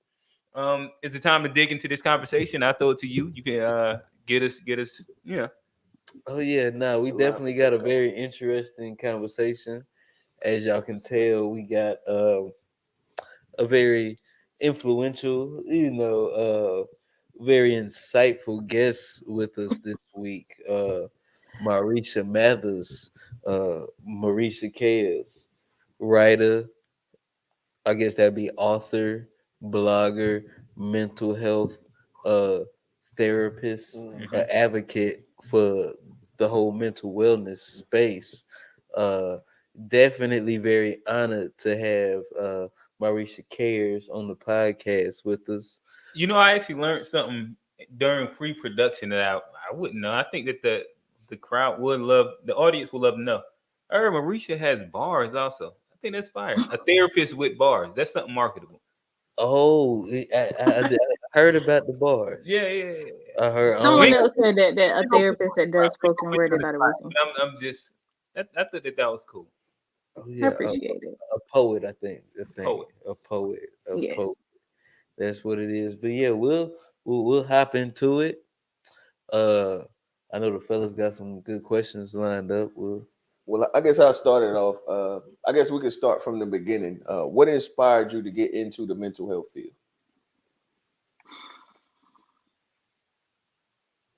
At-risk youth.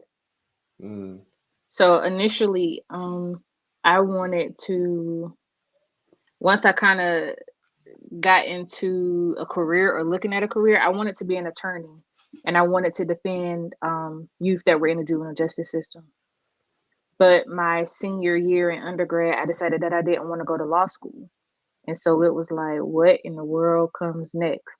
So after I heard about the MSW program, they had a concentration in juvenile justice. It was like, okay, cool. I felt like it's a wide field, and it was, like a good mesh with a criminal justice degree. And so initially I wanted to work with policy, and I still do want to influence policy. But the more that I worked and interned with at-risk youth, and I started to see patterns, and I started to see even like some of myself in them, then it was like, yeah, this is a vibe. That's dope. Okay. So I guess a little bit of almost jumping right into it. I know that you have a book that is releasing. Has a really, really interesting title. I fucks with it. And I don't know. I'd love for you to give us like just a bit of background to it. I'll leave it at that. So the name of the book is Big Mama Was Wrong. It's the second and final part in the series, Big Mama Was Wrong. The subtitle is Embracing the Growth and Awareness. And a lot of people have given feedback that said like, oh, that's bold. Because, Big Mamas are the hierarchy, the matriarchs. The matriarchs of our families. But there are a lot of things like, it says breaking generational curses is more along the lines of breaking generational mindsets, because everything that older generations have taught us is not correct. And so things, especially when it comes to the scope of mental health, it's a lot of things that have been misunderstood. A lot of things have been kept secret. A lot of things have been just kind of pushed down. And a lot of things have been ignored that should not have been, that possibly, like I think Rel was saying earlier, that there will be additional generations that both people in the relationships will have emotional intelligence. But possibly if we didn't have those type of mindsets that have been passed down, then perhaps it could be expedite it. Yeah. So we don't have to wait 1 or 2 generations behind us to see the type of growth and the type of Black love that we would like to see. So I got a question. Mhm. Going to the title, and I'm not familiar with your family's, dynamic or what's going on, but the title "Big Mama Was Wrong." I already know how it's gonna go in my family if I'm saying, if I'm telling everybody Big Mama wrong. It's gonna be a bunch of pushback if the title of my book and Big Mama was wrong and I'm out there in public just saying Big Mama was wrong. A lot of people gonna be upset with me. So how did that go within you and the dynamic of your family? Just even the title of your book, not even getting into the content of what you're pushing, but how did that title go over with your family? My parents were cool with it.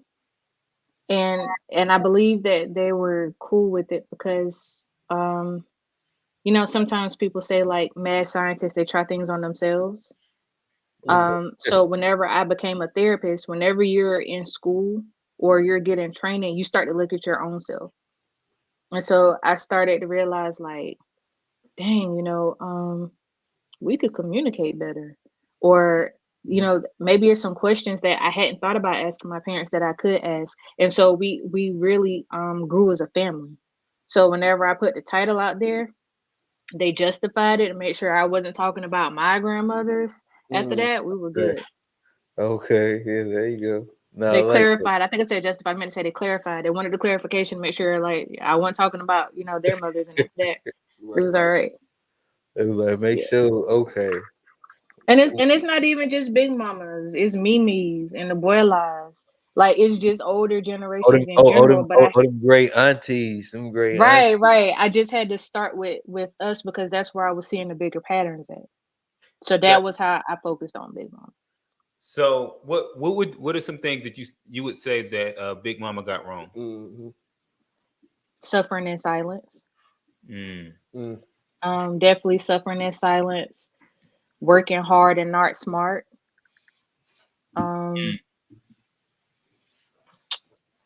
What are some other things I would say? I'll break down suffering in silence. Things, family secrets. I know another thing. I understand things should stay secrets, but there are some things that should have been told and should have been addressed. Facts. Yeah. Emotions being a form of weakness. Not crying. Everything is I'm always okay. I'm always all right. Mistaken. What's the word? What do you call it when you're just putting up with something? Tolerant. Yeah, mistaken tolerance for strength. Ooh, okay. So there are yeah, cold. She said she had bars. These are bars right now. It's coming. Okay. Those type of things that That's a as strong. we get as we grow, we understand like, yeah, that's not okay. It's not. So I've done a lot of like mental health assessments and talked to a lot of people, and I found that in a lot of families, people who were abused by family members had to still go to family functions with that same family member, and it was like never brought up. Crazy. It would, and I mean, like multiple students would tell me that. Like, listen, I was in there with like a family neighbor. Every time the family neighbor came over, it was the same thing. It like we just act like nothing happened, or if somebody's being bullied, suck it up. But in reality, it's kids killing themselves over being bullied. But to say, hey, this person scares me, or like this person is really doing stuff to harm me, it comes across as being weak. Can I ask you this? For sure. I think we're all of the age where like we're not necessarily becoming the big mamas of our generation, but we're the parents of our generation, and we're that generation in between. As the title of your book being Big Mama Was Wrong, moving forward as the future leaders of our generation, what does that correction look like? How like being the future big mamas and big daddies of our families, what does that not being wrong look like? Or what are some of the skills that us as future leaders of our families should look to kind of negate some of the wrongdoing or not wrongdoings of the previous generations or some of the shortcomings or of what they may have missed. Yeah, like the areas of growth. Right. Yeah. The first thing that comes to mind is communication. So before it's like if you ask an elder something, and like because I told you, because I said so, or because that's what I told you, and not really getting the emphasis, that stuff's not gonna fly with younger generations because they're gonna Google it. Or one of their peers that they already assume knows everything anyway is gonna tell them, and it may not be correct. The information. Hey, you know something funny about that? I literally find myself about to tell my daughter because I said so. She at that why age, but why? But why? It's that that came into my head about 50 times. I ain't used it yet, but I understand where it comes from though. It comes from a place of, like, bruh, Because you don't it's leave, because because you the thing is that they'll but why a question that you don't that they'll but why something that you don't really have an off the top answer to give you right now. You know what I mean? It's not really a direct answer that I can give you and articulate it. But you should. I should, but that's what. But see, that's the thing. That's what you get because I said so. Yeah. You know what I mean? That's like the natural. Now, but I agree with you 100% though. Like, that because I said so. It's definitely one of those things we should leave in the past. I think the other thing is making the communication mutual. So I have nieces, all of them are adults except for 2. And so the youngest 2, I always tell them it's all right for you to disagree with me because I don't know everything. But make sure that it's respectful. Okay. Because we could communicate positively and we can, practice mutual respect because it's stuff that I learned from them. Even my 5-year-old, she spit stuff all the time. Like, did you know? I'm like, no, I did not know that. But like, we don't have to have all the answers, and we don't have to shut younger generations down because we disagree with them. That's a good one. So that them saying something and we being the type like, shut up, or they have opinions. These younger generations, they want their voices heard. I think you said something very valuable about like we don't have to have all the answers. Just because you're older doesn't mean you have all the answers all the time. You might have good insight on certain stuff, but if we look at the world that like our kids and this future generation is living in, it's totally different than the world that we came up in. So we're not gonna have all the answers every single time. And sometimes it's okay to say that and admit that as a parent, because not admitting that is not being real. The act like you got all the answers all the time, that's fakeness.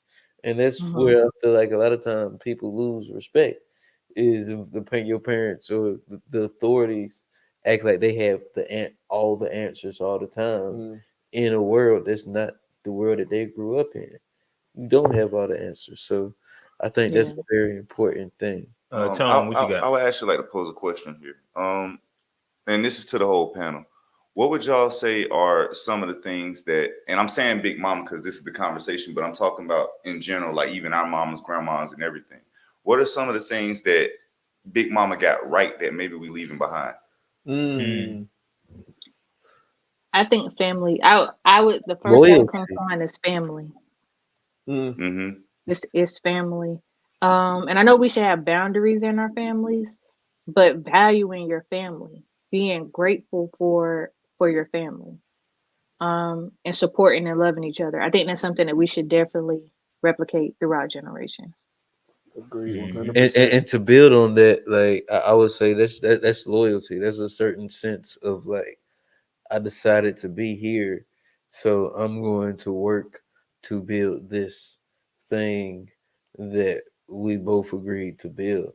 And I think it's a certain sense of loyalty that came with the women, our grandmothers, our great aunties, our great grandmother. Like I feel like our mothers, there's a certain sense of loyalty that I feel like they had towards the men of that generation that's not there amongst the women nowadays.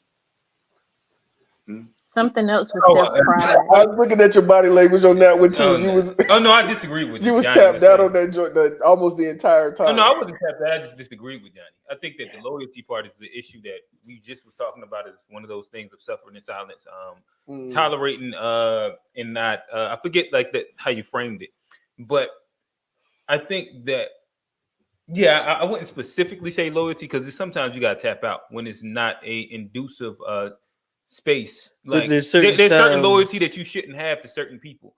Like so again, like loyalty is why But you was resilience is a good feature to have too, though. sure resilience is probably a good feature. I wouldn't say loyalty because loyalty to your family is why you would be at the family function and you wouldn't say anything about uncle whatever that did whatever. Like there's a family loyalty that goes to that. Well, I'm not going to put him out. I'm not going to get him arrested. I'm not going to we're going to keep that over here, and we're going to keep it quiet. And I don't specifically think roof that nigga, bro. He right. There's no loyalty to that. That ain't got nothing Get to him do with outta here, bro. loyalty. Why? No, but it does that's have the something to do only with thing that loyalty, it though. deals with. That's but literally. I see what you're saying though, because the thing loyalty ain't got to go that deep. All right, you just talking about soft loyalty. Okay, all right. But it could be loyalty with boundaries. Say it again. Like it could be loyalty with boundaries. Mm-hmm. Yeah, I think everybody should have boundaries. Yeah, I think you should So have it could be like you have loyalty to an You gotta extent give where them, it She's becomes trying to something- save you, Johnny. It's all right. She's trying to save you. She's trying to save no. You was on a that was a dumb lazy. My bad. We can't bully because we have a licensed therapist on here, so I can't tell them that I ain't never got bullied. And I'm gonna tell you, say this that. is okay. So I'm a nigga that ain't never got bullied. You know, anytime somebody make that statement, yeah, okay, they had to deal with Big Daryl. Big Daryl was taking the man's lunch money. Big Daryl cut this right. He said Johnny was short. He had Johnny upside down on one Big leg, Daryl cut shaking this. that nigga like Big this. Daryl cut this right. Shaking the coins out that man's pocket. What happened when you went to that bathroom? And he was waiting for Cut that right hook. That's all I know. Big Daryl, man. All right, well, let me go back to the. I got an answer, and I know this may be a controversial answer, but as y'all know me, I be on the traditional side of things. I think that one thing that Big Mama did show, at least the women in my family, the older women, and they showed a value of masculinity. They showed a value of men, and I'm not saying I don't really see it as much as we seen it with Big Mama. Like when I was at my grandma before my grandma Lizzie before she passed away, we go over there. My granddad would eat first. Then it's the men get the plates first. The men get the big piece of chicken. You know what I mean? The women in the room serve the men in the room, and then you know what I mean. So like there was the high. I ain't gonna say that it's So, I appreciate as a traditional man. I appreciate that that level of respect that they had for men. I don't think that is an average that you would see that in an average dynamic today. So I for me, I appreciate that Big Mama had that there. And what do you got, bro? What's on your mind, bro? You disagree? No, I totally agree. But I was gonna say, are women in today's world, are they eating a big piece of chicken? I don't know. I get the big piece of chicken in my house. Like I think every man, I think we still get the big piece of chicken. Bro, you know, we have a woman on the panel. Chicken, bro. Come on. You know, women out here eating a big piece of chicken, bro. Hey. We'll sit there act like I don't know. Marisha, what is your thoughts? Is women eating the big piece of proverbial? Are women? I don't know. Oh. Okay. I was trying to avoid this, but I'll take it there. Over time, women have had to become more independent for one reason or another. Women have had to become more independent. Now, I understand what Rel is saying traditionally. Yes, definitely respecting men and, giving them the big piece of chicken because they were working, they were providing, they were protecting. But you don't always see those type of traits in relationships now. And so with women becoming more independent and with women experiencing different types of traits in relationships, then there are some women, who still may be prone to feel like, oh no, this chicken is mine. Mm. So I think it, So, no, I think it, I think it varies. That's I barely interrupt. I thought that she made a fire point in which I know real he nipping at the bits, but so I don't think, know what I'm finna say. All right, then I think that what I'm about to say might Go ahead, be a great alley oop for you. So what it sounds like, if the woman is the main provider, she should probably get the big piece of chicken. Is that what you're saying? No, that's not what I'm saying. Oh, okay, I'm all right. saying that If she got to do it herself, no, not even so years ago, let's say we're looking at the 60s, you had more traditional looking families where there was a husband, a wife, and children, right? Men were the providers. But as times have moved further, you see a lot more single moms, and now you see single dads too, but you see a lot more single moms. So if single moms are out here getting it and they don't feel like they can trust a man, or the man is not consistent, then they may be less prone to feel like, because it's a man coming into the room, he gets the biggest piece of chicken. Right. Does that make sense? No, I agree. Like that, I was saying it ignorantly. You put it like really eloquent, but that's what I was saying. I agree with that. I understand what you're saying. Real. What you got? Go ahead, Real. What you got? I'm gonna stay out of the weeds because I was just So if she try to grab that big piece of chicken, what you doing, bro? My thing is, bro. What if she bought that big piece of chicken and you was just sleeping on the couch? And you said you was gonna get a bit. This is where I was gonna go. Yeah, that's what I'm saying. This is where I was She deserved that big piece of chicken. And this is where I was She gonna just go. picked up that what was that? That was a chair she put in that. And if she make you eat that little piece of chicken in front of the children, Hey, she give up. Take your ass out and make some money. That's the problem. She give Daniel, her son Daniel, the thigh, you get the wing. She give Daniel the breast and you get the wing. That's rough. So, so now that comes with dynamics, right? It comes with dynamics, because even if a man may not be able to provide at some point, if he's implementing or providing in other ways, he's still worthy of respect.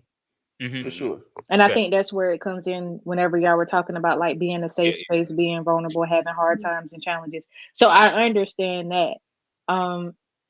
Because of how I believe like marriage should work, because the man leads the house under the authority of God, then Daniel would never get the thigh and my husband get the wing, unless that's what my husband wanted. But every woman does not feel that way. People like women, and I'm not like disrespecting men, but women have gone through a lot and having to be like the provider, the mama, the protector, and nurturing. It's been a lot. So it's not always easy whenever you've been the only adult at the table getting whatever piece you wanted, when someone else comes in and they aren't necessarily fulfilling the roles that you legitimately need to say, you know what, you take this. And see, I think you're taking the high roads, and we're in the 2B. This is the 2B Fair show. So, and though you're talking to men, we still talk about Tyrone. So it's so you know what I mean. You don't have to be so eloquent when talking about Tyrone, because we understand Tyrone and we talk don't about fuck his with ass Tyrone too. over here. You know what I mean? So, and the thing is what, and I'm not saying that. At the end they of the don't. day, I don't know what Tyrone is, so Tyrone is the opposite. Don't include me into what y'all So feel. Tyrone is the opposite of Shaquita.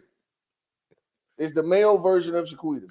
Just make your point, and I'm gonna say if I agree or disagree. I don't know. Anyways, let me get back to what I was saying. So the thing is that, like you were saying, there was a time period where, let's say you use the 60s, for example, there was a time period where there were more men in the households and men were providers. Men were leading their families. The thing is that there were still Tyrones during that time too. What we've done is that I believe that the picks have come, the picks of the ideas. I don't know if we're picking for leadership as much as we're picking for other things. Pleasure. So the pleasure, exactly. So I think that is the byproduct. And so we because I know that, like, if we sit here and look at it, most of the dudes I know, I can't really think it would take a nice minute for me to think of a man that I know that wouldn't lead, that is not a leader. But then also they're also taking care of their kids and they're, you know what I mean? But at the end of the day, I think that we're though women have had to step up, I think that a lot of it was self-inflicted.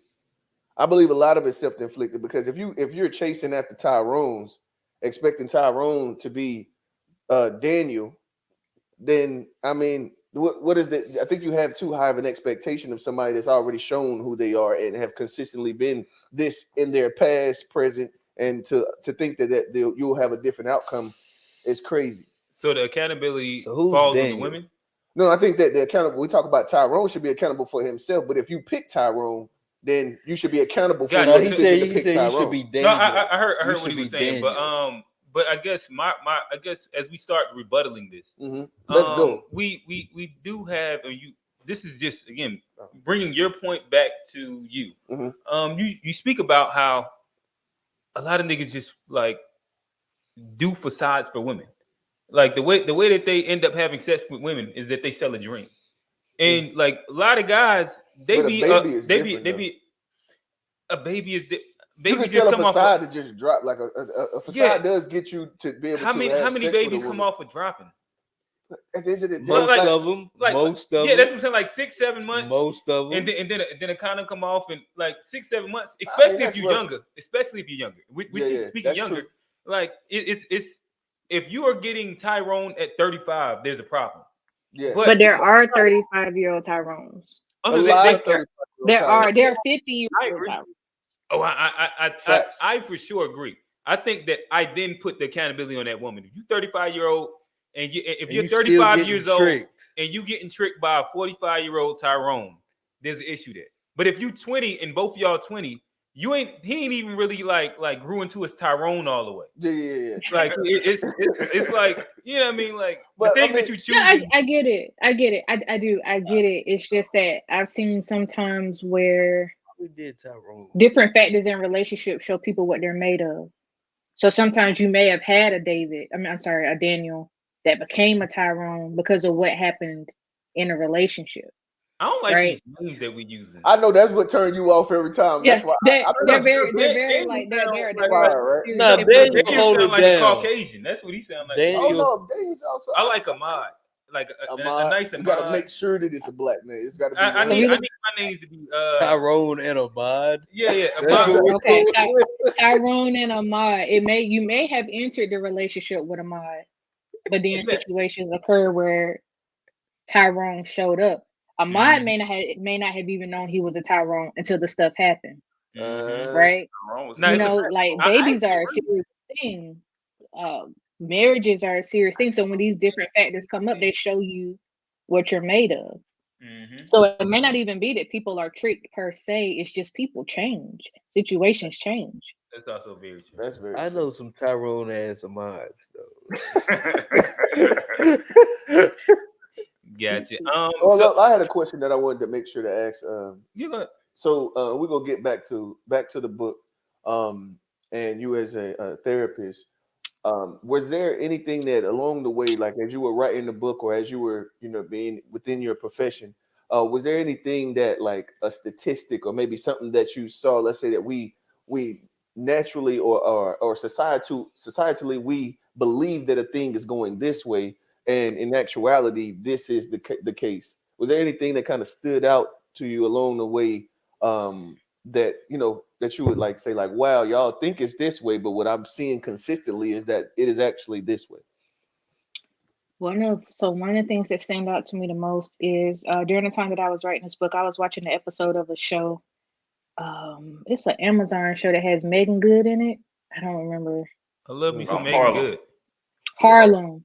Whenever one of her friends kept going to the doctor saying she was in pain, and it turned out that she had something like life-threatening going on, but because she was a Black woman, they were like basically insensitive to her pain. And so I read some time ago they did some research that found it was, I think, out of Virginia. They studied 222 people who were in school to become doctors, and half of those people believed that Black people felt pain less than white people. Pain tolerance. And it related to something like they believed that Blacks had thicker skin and something with their nerves, so they didn't feel pain as much. Well, it's because they don't look at us as humans. Well, what year was that? Like- That was something that was, and I heard that too. I just don't remember what year that was. So whenever I read it,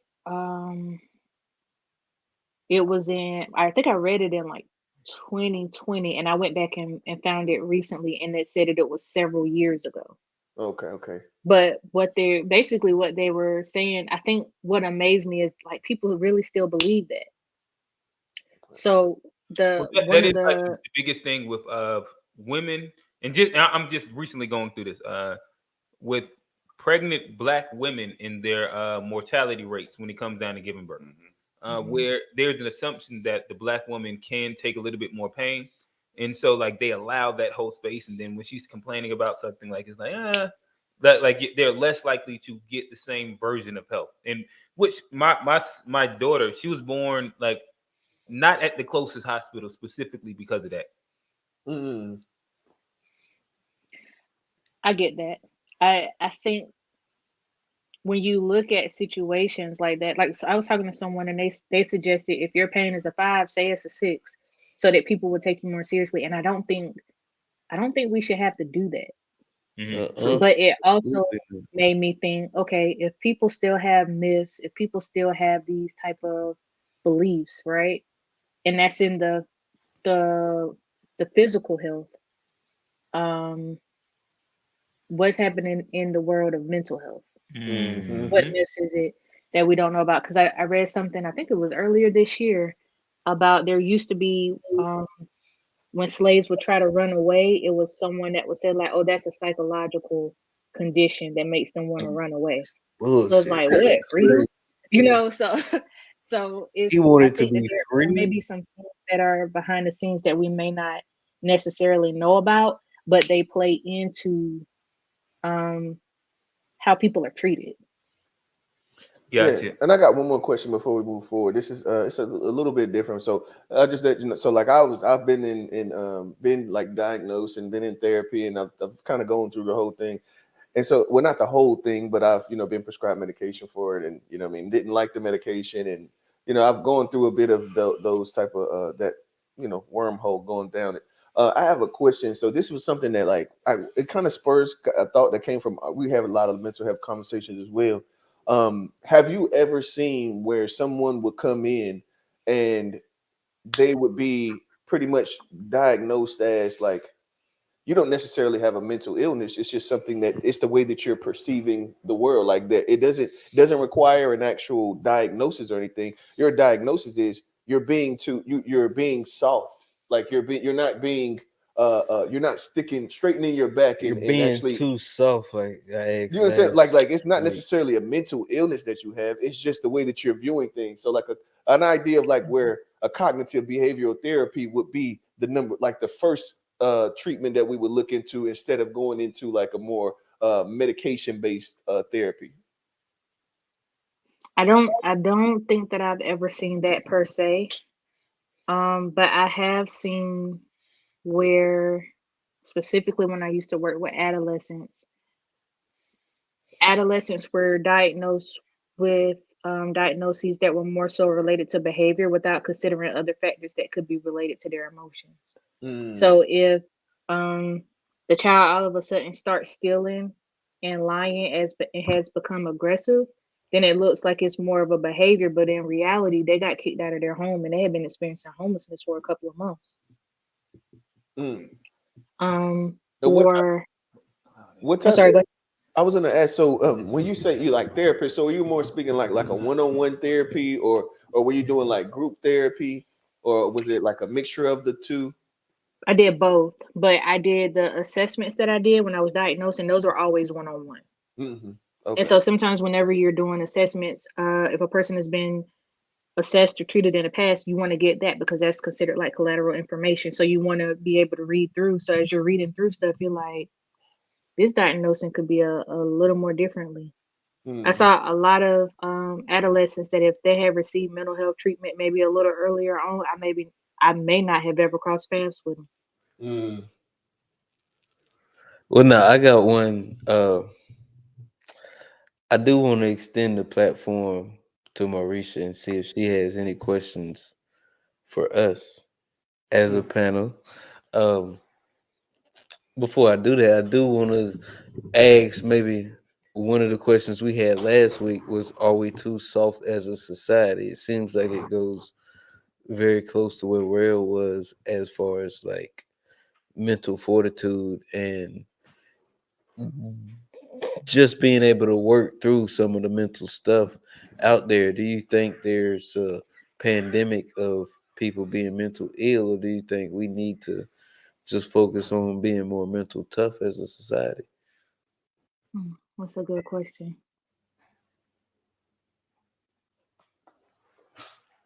I've seen both.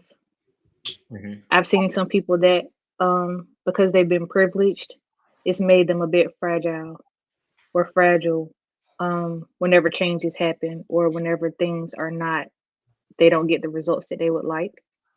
So in some of those instances, I would say you may need a little bit more exposure in the world. You may need a different perspective. A little bit more toughness, and I don't think that's necessarily like the worst thing to have, because we live in a society where they tell you to be, mentally vulnerable, and you gotta, you gotta focus on your mental health. But sometimes all the mental health is, I just need to be more tougher to achieve the goal that I have set out. And I don't think all the mental health, you can go all the therapy in the world. If you ain't got that mental fortitude, it's not necessarily going to work out That's for you. true. That's true. I agree with that. I think sometimes there are people that they just have a lot that needs to be processed, a lot that needs to be worked through. And I don't think it's that they're not resilient. I think it's just that they need the assistance. Like in general, not even looking at classes or any type of structure, the world is in a lot of pain. No, that's facts. No. I definitely agree with that. I believe like if you start breaking the shit down, like most of us got some kind of PTSD or there's something traumatic that everybody has been through uh that we're gonna have to work through. And I don't think that's negated by I'm from here, or I'm from there, or I'm a man, I'm a woman. I think that mental health space is gonna be something that we all have to work through. Yeah, I agree. I would say, well, I'm not gonna comment on that. I'll Marisha, we would love to hear a question that you have for the panel. My question that you have for the panel is, I think one of the things we had already predetermined is like all of us are 80s babies. So with us being, I feel like we were born in one of the best times and one of the best eras ever, because we weren't born so early that technology is super new to us, but we also weren't born like in these later generations where technology is everything. It's like we had the best of both worlds. Like we can ride a bike. We know how to go outside and entertain ourselves and things like that. But we also know if somebody hands us a smartphone, we also know how to navigate the smartphones. So I just feel like we were born in one of the best eras. What are some of the patterns that y'all feel like y'all have seen in our generation that you feel like you could do without? Whether it's upcoming trends, because I know Rel was talking earlier, like he's people do a lot of sound bites and he's not big on that. He's not big on buzzwords, which leads me to believe that he's not gonna jump on every word trend. So like what are some of the patterns that y'all seen in our generations that you feel like we can do without? I'll go. The biggest one for me is clout chasing, and it's the doing whatever you can to get eyes on you versus like actually like building. Shout out to Charleston White. And like shout out Charleston White or whatever. But like to me, clout chasing is something that I feel like it takes away from the integrity of a lot of arts, a lot of like music, a lot of videos, movies, TV shows. I feel like a lot of people go to clout chasing as their way to get the views, as opposed to actually doing like good music, actually doing good TV shows, good art. I feel like clout chasing, it takes away a lot of the integrity of the certain mediums of art that we fell in love with growing up. And that's one thing I would definitely take away from the future. Like just clout doing something that you know is not good, but you know a lot of people will watch. And I mean, can I get two quick ones off? I'm gonna rapid fire these joints. So one is being for sale, having being for sale culture. That's one of those things I talk about all the time as well. And then the second one is celebrity worship. I think that those two things, like, we can do the frick without those, bro. That's like literally like, I think those two things are one of the major things that are like taking us down the wormhole of like, just like even leading to like what you were just talking about. Well, I'm saying both of those lead into clout chasing. Yes, I was saying Like both they directly into clout chasing. That for sale, being for sale, everything can't be for sale, bro. And for celebrity everything worship. can't be. You can't will be willing to do anything for $1, bro. And then the idea of the celebrity worship. I wonder if a piece of human nature is the idea of celebrity worship, because even in the Bible it speaks about worshiping idols. Yeah, idols. Like it's the same concept. Yeah, but see, you don't have to idolize a. See, I think that he was talking. But that's about why that was like, one of the 10 sins to like. They told like you ain't even got to read the Bible to know the 10 Commandments to tell you that worshiping idols is not a good thing to do. So yeah, celebrity, that's one of the things. Well, I'm not making this like a point to agree with. Like you should worship celebrities or idolize. I guess I'm just saying, like, I almost think that that's like a human nature thing.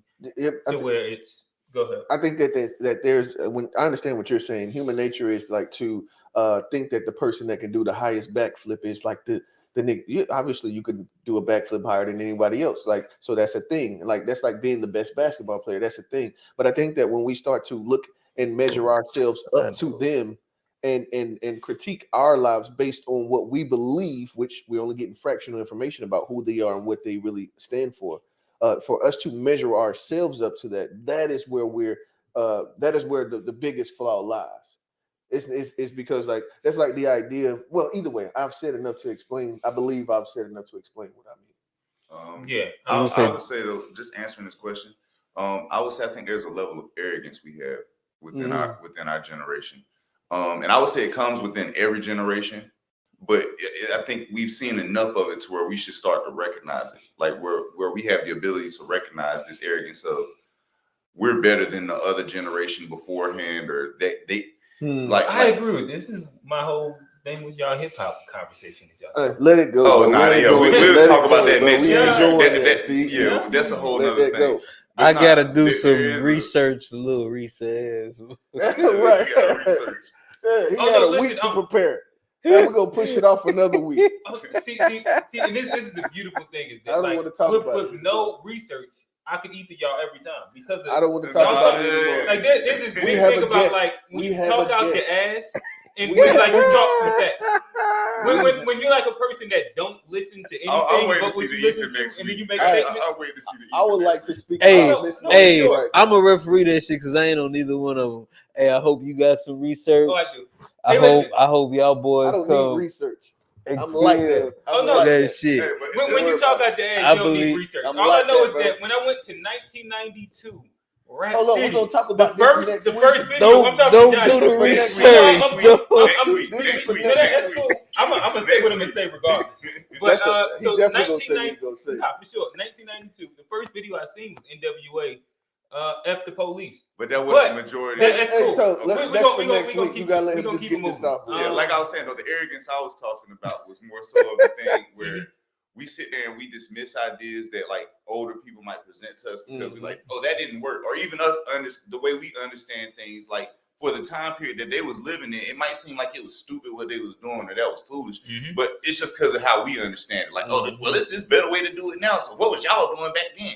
Like, people gonna look at us the same way. So I think that's one of the mistakes we making right now. Like, I completely agree. I think that if I say hip hop, if I say basketball, like these are two specific ways that I see older generations view newer generations and newer generations view older generations. And I think that like it's literally like a reciprocal effect.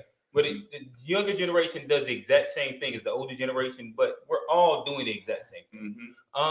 But if I was to answer the question, I'd probably say arrested development. If there's something that us as a generation, our specific generation, that we suffer from more than previous generations, and I think that that's a little bit dealing with the onset of the internet. Probably, I think that around the time that Jay-Z said 30 is the new 20 was around the time that we as a culture became arrestedly developed.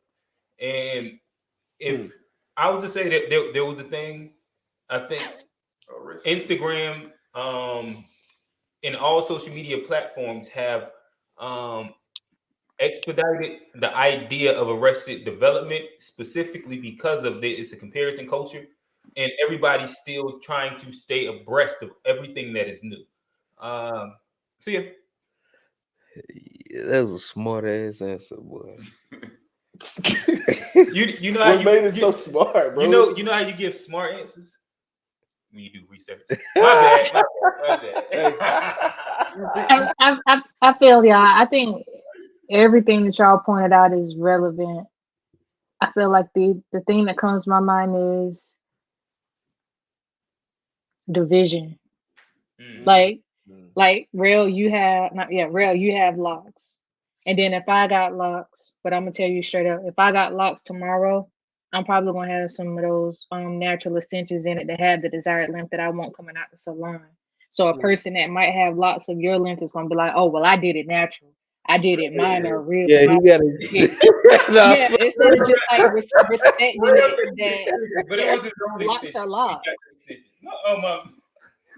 No, just saying, like just respecting the differences without always having to have one up on what somebody else is doing because yours seems to be like a better way. And I'm just using your hair as an example because your locks look like and I like locks. I appreciate that. I understood exactly what you were speaking about. I was there with you. So, okay. Never mind. We ain't gonna feel her.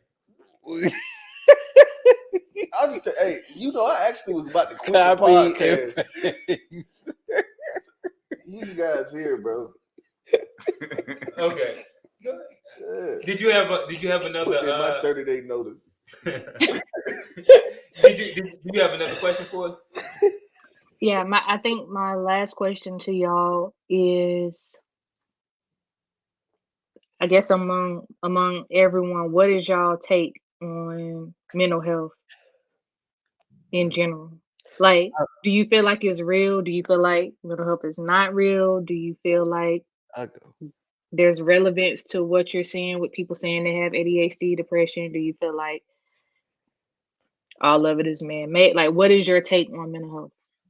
My take is because my question last week was like, are we too soft as a society? And I think my take on it is I think we focus on mental illness too much and not mental wellness and mental health. And like actually being mental health, like actually doing the things that make you a mentally healthy person. I think we focus, and a lot of time the mental illness things, I think that a lot of time it's like scapegoatism, or that's an excuse for you not to do the work to make you mentally healthy. You can just rely on, oh well, there's a mental illness. I had anxiety, I had depression, and people lean into all of these like mental illness things where there's people that actually go through that, and that's not for the average person when you go through a bad time just to use that as a leg to lean on. So my thing would be not focusing on mental wellness and our just tendency to lean on mental illness would be the answer to that question.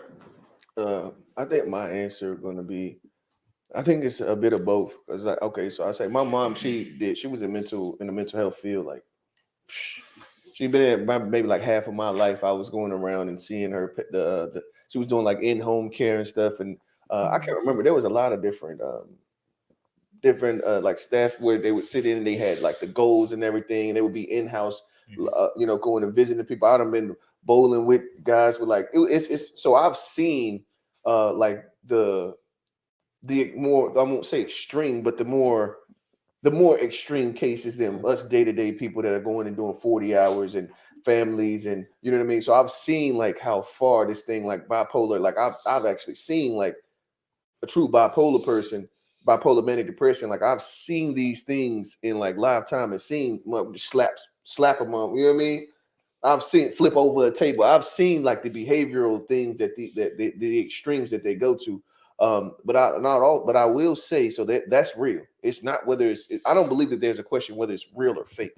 I think that I think that the self-diagnosis era that we're in, I think that is where you ask whether we're too soft or not. See, the self-diagnosis part is where we're sitting here using these words too. That's why I don't like the words. We're using them way too loosely to diagnose very normal and natural human emotions and experiences. Like saying sadness is depression. Right, like what we talked about, you know what I mean, last week. Like you can be that sad. idea. I like I said, like I done been prescribed Zoloft, I've been prescribed Neurontin, I've been on different mental health drugs as well, which I like cognitive behavioral therapy. I think I have the ability to think my way through a thing and think a thing through, like I said. But I've seen the extreme cases where I think medication is the way in which this is going to be resolved. I've seen like they have like a chart that they'll do and like write out everything that you have to work on, and you actually have to take this person out to go and be around, go to the bowling alley, or just have a social experience with them. And then I've seen all of these things. Like, my brother worked in the gym when I was, you know what I mean? So like I've seen how they go, and I think that probably is the reason that I was kind of like a little bit easier to like go into, you know what I mean, getting a little bit, because I've been around it so much. Familiar. Exactly. And I didn't think about that until we were having her on, and I started thinking about what kind of questions I wanted to ask. I was like, damn, maybe that is the reason why I was like not so, shying away from it as much, as because my mom was just doing the shit like my entire childhood, bringing us around them. I remember I got suspended from school for 10 days. And it was like this place in where it was only. You was a bad motherfucker. Bro, I was just trying to figure myself out, bro. But there was a facility where you would have like people with mental health, like the mental disability and physical disability. That was like from my memory, it was like a warehouse. And it was a lot of them in there. And they loved my mom. My mom was like, my mom always been stern. I love your mom too. Fuck you. That was perfect timing, you bum ass nigga. Perfectly timed. But I'm just making it. See, man, you messed me up on my explanation, bro. Hey, that was perfect timing. Okay. But you a bum. Can I go? Go ahead, you can go, man. Okay. I thought I was going into a place to get to a place. Oh no, I think you were going somewhere. Yeah. So it is what it is. That's what I've been talking about, bro. But yeah, no, I guess so. Background wise, psych graduate, special needs teacher for like, I don't know, like 3-4 years, 5 years. I don't know, however long I was at Metro, and at which I think that through my experiences within both of those, I think to what Rail says, and I don't think any of us is going to say anything that's too different than the other person, where mental health is real, and especially when you work with like that population, what you tend to see is that they tend to, and I work with like special needs people, where they are an exaggerated form of what we do, like all the way down to coping, to like different things that we do to soothe. You can see them do something to where like it gives them blisters, but you will see a person when they're uncomfortable do a very similar thing. And it was for me a piece of that where I was like, oh, okay, I kind of get it. But in general, mental health, all of us kind of sides at a very similar space, where I do think that there is a space where we are as a society a little too soft. And like there's this victim mindset that is set where it comes from an over access of information, one, in which a lot of self-diagnosis will come from. And I also think that as well, though, is the counterbalance. And this goes back to that Tyrese clip, where there is a counterbalance of what is healthy expression of emotions that a lot of people are dealing with and understanding. And there's a lot of people, especially if we speak towards older generations, who mental illness is dealing with the fact of not actually getting the cathartic experience of expressing their emotions, and it's always pent up, and that ends up becoming a ticking time bomb that explodes. So that's where, again, like a lot of these things that I think it ends up meeting in the middle, where there's some soft motherfuckers and there's some people that need to actually open up and have real conversations. I was just having a conversation with our homeboy Jeff. Jeff is he's the season 1 Suave of the podcast, in which we spoke about, and where it wrapped up was there is a benefit. There's specifically a really interesting, nuanced benefit of social media at times, where if you, like the right person, what it has did is humanize. And there's a lot of niggas that growing up, we looked at them as like, oh, that's the D-boy, all the niggas in the hood that was up the street that was doing the shit that your mama told you that you couldn't go do. And like you put them inside a very specific mindset to which like there was no real humanization to it. Like they didn't have emotions, they didn't have any of those facts. But there was monsters, there was there were animals. monsters, right. But when you actually end up seeing them posted and you end up like breaking down some of the walls, oh, you're a fucking regular person. I seen that Just nigga like me. crying that you said was a monster. Right. To see that it'd be crazy. He mad regular as well. And so, like I said, I think that for me, the balance of mental health is somewhere in that middle space where there is a toughness that needs to be there, but then there's also an acceptance of some of that softness or vulnerability. Yeah. I do want to answer this. I think mental health is what like I'm gonna say it like this, a disease. Like when you break that down, it's dis-ease. Like, and like what we tend to do with diseases in this day and age is we tend to celebrate those. Like if you notice, there's a ribbon for like every disease that like you got a ribbon for ADHD, a ribbon for autism, ribbon for cancer, ribbon for all of this stuff, to where it becomes a thing of almost like you're celebrating the disease rather than actually focusing on the cause of it or what's actually going on. Like, so when it comes to mental health, I think a lot of people just want to be seen. Like, and what ends up happening is you have some people who exaggerate things to a point of like they use mental health to basically be seen. Like, oh, I have this problem. Like they want to use that problem, or they want to develop. Like some people develop problems just self-develop. Like it's like I keep telling myself I got this, so eventually you know that really becomes a thing. Like, I don't know. Does that make sense? I think that me understanding your perspective on mental health leads me to more questions and more podcasts. Yeah. That's all I want to completely unpack it all right now. We did get a comment right Okay. here. One thing that a lot of black men never think about is that the amount of concussions that black men expose themselves to through fighting, and that's something that needs to be said. So maybe basically, I think he's saying like not even fighting, but football. And I came up in like football city, USA. I know that shit when it comes to concussions. Like, it's really big, and I say that I literally like firsthand. Like I go down the whole. Like I know niggas that then crashed out off of having CTE, and people don't ever like. When it comes to like mental health and asking motherfuckers, you look at a motherfucker, he been in the league, so he's successful. So when he come home and not being successful, you don't question is what's about to happen. Is he gonna do some crazy shit? You just be like, nah, he just that mental toughness. Nah, he just need to get that shit together. And I done seen when that nigga can't get that shit together, what happened? Like, yeah, and it's crazy.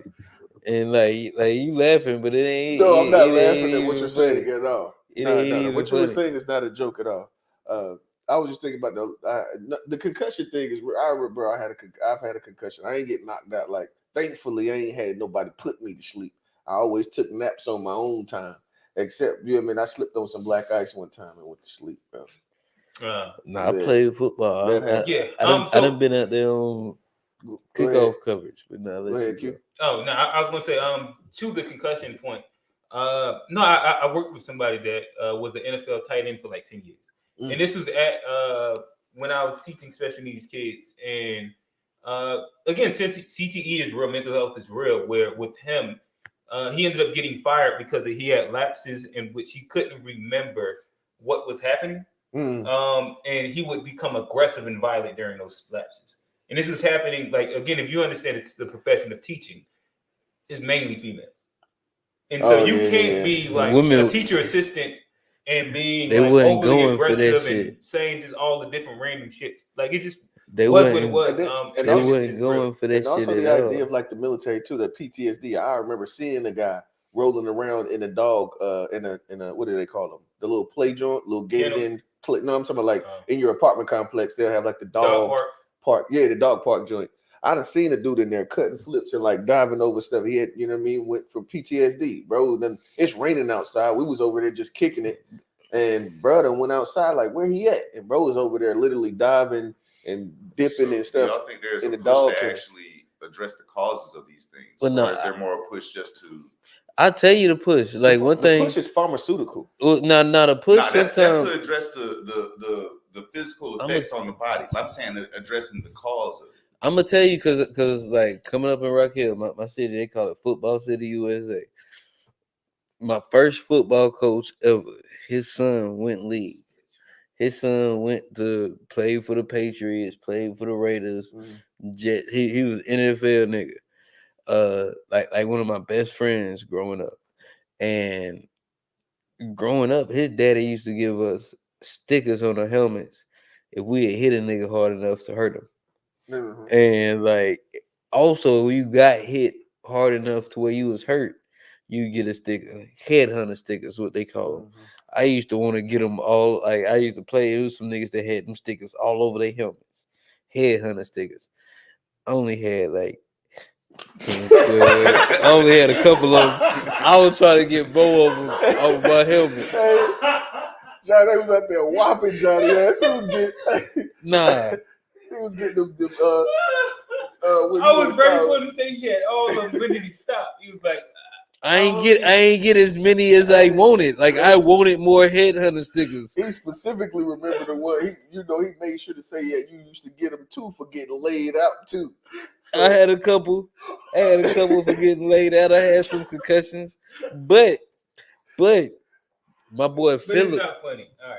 It really ain't. Cause my boy Philip, if you look up, But like, you allows us to digest these exactly for conversations way better.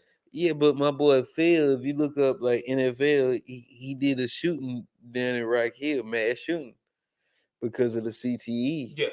And they went and they studied his brain after he did that shit. He had like one of the worst cases of CTE out there, like ever, like outside of like Aaron Hernandez. It was him, and he did some violent shit. But it's like the mental health and the toughness, there's a space for that, but there's also a space where people be fucked up in the head, and you do have to get certain. You can't just always rely on mental toughness because it's not going. Yeah. No, I agree. So did you I don't know. I guess we'll ask you to answer your own question, because I do think that that's a really good question for a therapist to answer specifically. And then you can kind of let us know where we can get your book at, where they can find you at, and yeah. Okay, so I do apologize. My AirPods died, y'all. I'm sorry. Oh yeah, you were great. Thank you. I believe mental health is very real, and I believe that we're tripart beings, so body, soul, and spirit. So, the example I use is if you had a cough for 2 or 3 days, or longer, especially after the pandemic, you would look into it. But if you see any changes where your thinking may not be the same, or your feelings or emotions are not used to, you're not doing the same things, people tend to let that linger. But your mental health and your physical health really go hand in hand. Because sometimes you can be experiencing somatic symptoms because of something that's going on with your mental health. And then, as tripart beings, your spiritual health is important as well, because all of it is it's in the same vessel. So I believe that mental health is very real. I believe everyone has mental health. It's just that everyone may not have a mental health disorder. But everyone has mental health, and I think it's something that we should maintain and take very seriously, the same way that we do the other portions of ourselves. Completely agree. That actually made a lot Those of sense. yeah, especially the idea of separating mental health from mental disease, mental illness. I'm sorry, mental illness from mental health. And so let me ask, so the idea is that mental illness wellness. is the one is where you need where you would think that like prescriptions and medications will be more make more sense to implement versus just mental health, because it seems to me, I agree with you 100%. Everyone has mental health problems. We all have to we have growth to do mentally, and you know what I mean, to we all need better tools to help us to get through this thing that we call life. As we know, trial and tribulation is the natural thing, a natural part of living, and the way that these things affect the body are also natural. But then there's an extent of which this thing becomes, it goes a little further, and which is where you're talking about the actual mental illness, right? Mm-hmm. So we don't call it mental illnesses so much. We more so call it mental disorder, or like a mental health disorder, because we like to use what's called therapeutic language. So earlier, I think it was Rail and Jonny were talking about how people had these stereotypes, and they were like, but you find out like, no, they really are people. So the same way, you don't say like, oh, he bipolar. So like we try to use language that's very inclusive and therapeutic. So we more so tend to use the word mental health disorder than mental illnesses. Gotcha.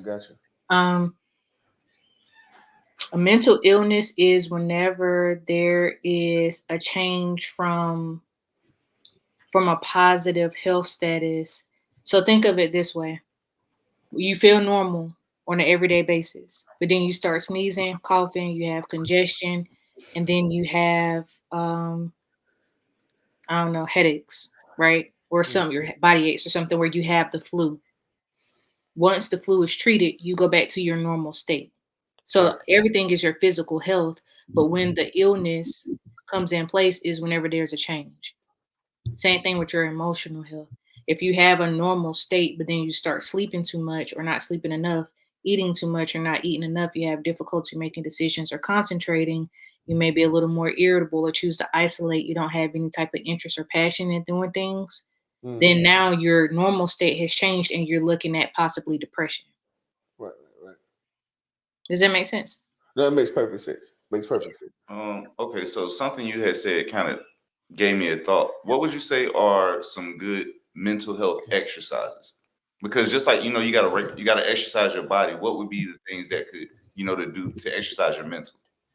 Practice gratitude is one of my favorites to mention. But practicing gratitude, meditation, self-care, whatever that looks like, talking about what's bothering you and not bottling it in, seeking mental health treatment or mental health help if you need it. And also being aware of yourself, because if you're not aware of yourself, then you may not be as conscious of changes that are happening. That's a big one right there. That's a really big one. Paying attention to where you are day to day. And that's one of those hard ones too, especially as men. We kind of just wipe everything. You know what I mean? We just, I felt this way. I'll be all right. And, I don't be doing that shit. I ain't bro, I swear, growing up, I've always been that guy. For a while, probably was. But more, look, I really don't. I think we'll definitely appreciate Marisha. For sure. Marisha, did you let us know where you could find the book, where we can find the book at, and where they can find you at? You can find me on Instagram and Threads at Marisha Cares. My book, you can get it directly from my website called Marisha.com. Has it released? No, it comes out Wednesday. Wednesday. The first version is out. The first part of the series is out. That's the one that's generated towards teens. But Wednesday is what, the 12th? 13th. 13th. Okay, December 13th. December the 13th, it'll be available. You can order it from our website, or you can get it from major distributors. Most people are more familiar with Amazon. I'm also trying to get it in some local bookstores. But the two safest bets to find them right now would definitely be Amazon and my website. Marisha.com. Call Marisha.com. callmerisha.com. Mhm. 1213. Please go get the book. For sure. I think we're gonna grab one too and put it up here with the rest of our books up here as well. Oh yeah, we got a bookshelf. Like if you hadn't, we got a bookshelf. So please, add that one on there. That'll be we gonna get a hard copy. We're gonna throw it up there. We appreciate you tapping in with us. For sure. A lot of light. It is definitely a lot of light on some of the conversations we've had in the past. We brought them back up. Definitely gave us a lot of insight, a lot of perspective on stuff. So we definitely appreciate you, Marisha, for pulling up. And we got a few questions we're gonna roll into. So again, thank you. We appreciate you. Thank y'all. I appreciate it. Thank y'all for having me. Okay. Oh, yeah. All right. Thank you. All right. I just went into a little. I mean, we were talking mental. That was one of those little moments. Oh, okay. Get some mental wellness. So I think that right now, rock paper scissors. I'm willing to concede my question and let y'all boys get into it. No, rock paper scissors this shit out because I gotta win this one. All right. Rock paper scissors this shit out. All right. Got both of them niggas up out of there. I knew let's get that. Yeah. Okay. Who is you and Real? No, what's your question? What was your question? I'm doing cancel culture. Real got a better question than me. I do. I don't Yeah, know I'm gonna let Real go first this week. Okay. Cause hey, Real, I'm letting you go first this week. All right. So my question was, somebody get Johnny some water. Some water, right? God, I'm letting him go first this week.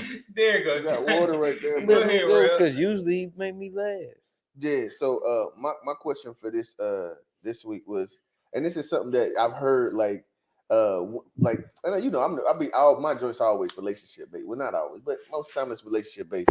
And I've heard women complain about like how a man will get himself together, like they'll date you and then get themselves together, and then they'll just bail once they've gotten themselves together, right? You talking about men? Yeah, like men will be with a woman, and she'll pretty much they'll groom a man. I think that's what they call it. Like I've seen them call it, like grooming a man and grooming him into becoming his best self. And then when he becomes that thing, then he'll go and find something else. So my question is, why do you think men leave relationships once they've leveled up? Well, because you want me to answer? You want me to answer? I'll answer. I'll say that Corey Holcomb has a joke that says that your woman is the reflection of your income, and that'd probably be the answer. I was gonna break it down a little more than that. Your woman is the reflection of your income. Well, once you get a little bit more money, you can afford a woman with a little more insight, a little more empathy. That ain't what niggas getting paying more money for. So you believe niggas is paying more money for assets? Yeah, it's physical appearance. Yeah, physical appearance assets. And part of I think middle class is probably like the best base, but like the further up you get, most of those guys are not picking for specifically her being a more well-rounded person. That's not what trophy wife means. No, okay, no, I can see that. No, like it's a bad joint, but if you talking about if he been with a woman and when he gets to the top, he leave the woman that been with him to get another woman. It's not always about physical attributes. For sure. I don't necessarily think like once he get on top, he leaving a woman that got him there. It's not always physical, but what you think it's because she might have a better. She might be a more well-rounded person. So let me ask you this real quick: when you say not always, he got access to the more well-rounded. So Johnny, when you say not always, are you saying like what percentage would you say when homeboy he struggled with shorty, and then he up and then he left her? What percentage would you say? If you gave like a random percentage, would you say it's because of like he found out now and I can get shorty that I've been looking at and liking her pictures on Instagram? Yeah. Or because of like he can find the well-rounded one. What percentage do you think is gonna like upgrade off of like I got access to the women I want to have consensual sex with? The average man, yes, like it's 60%. Oh, you only think 60? Okay. Let me just because he really putting you in a little bit of a scenario here. So I'm gonna go in and I believe that there's another reason for it is that like when you're trying to figure it out, right? Yeah. When you're trying to figure it out, it's all about the level of respect that you're able to get when you're trying to figure it out. Because if there's no respect, if you like the idea of like being a leader, because I don't have the finances, are you still willing to allow me to lead? You know what I mean? Don't try to turn. You can't deflate or make me feel like less of a man because of this thing. Because if I do get up, then I want a woman that values me. Which you can't flip this. You're not gonna be able to flip the switch and say, oh, since you figured it out, now I'm gonna treat you like a wife should treat. You know what I mean? There's not a switch to flip Not to a say dollar amount. That yeah, make like that shit. the thing is that you So does that mean that you there just should chose be, like a really low quality, like low character person? Then? well, I mean, at the end of the day, like bro, I Because believe there's that- there's good character women that are like broke also, and are with broke men, like low income. right. Like typically people marry people inside their same socioeconomic level. Right. So I think that there's good character people and low character people on all those. Oh, I'd agree statuses. 100%. Well, I mean, of course, most of the time you can sit there and have any scenario where you be like, oh, well, I feel like shit or somebody's making you. Well, maybe did you not get a good character person? I mean, that's the obvious answer. But I mean, I think that in most scenarios, like people are good and bad. We are all good and bad. So it's just in the areas in which you're deficient in are these areas where I'm willing to accept it. You know what I mean? That's kind of what we dealing with because you ain't gonna get nobody that's got it figured. Ain't nobody. And then when you get the bag, you saying that niggas got to upgrade. No, I think that niggas do upgrade because you don't. There's not. And they're upgrading in character though. I think they're upgrading in appearance, but they're also upgrading to someone that values them differently than you are even capable of valuing them because you come from the place you come from with them. I'm just all the way on the completely opposite end. I wouldn't trust any. Like I would trust the woman that was with me when I was broke way more than the woman. This is not what I would do.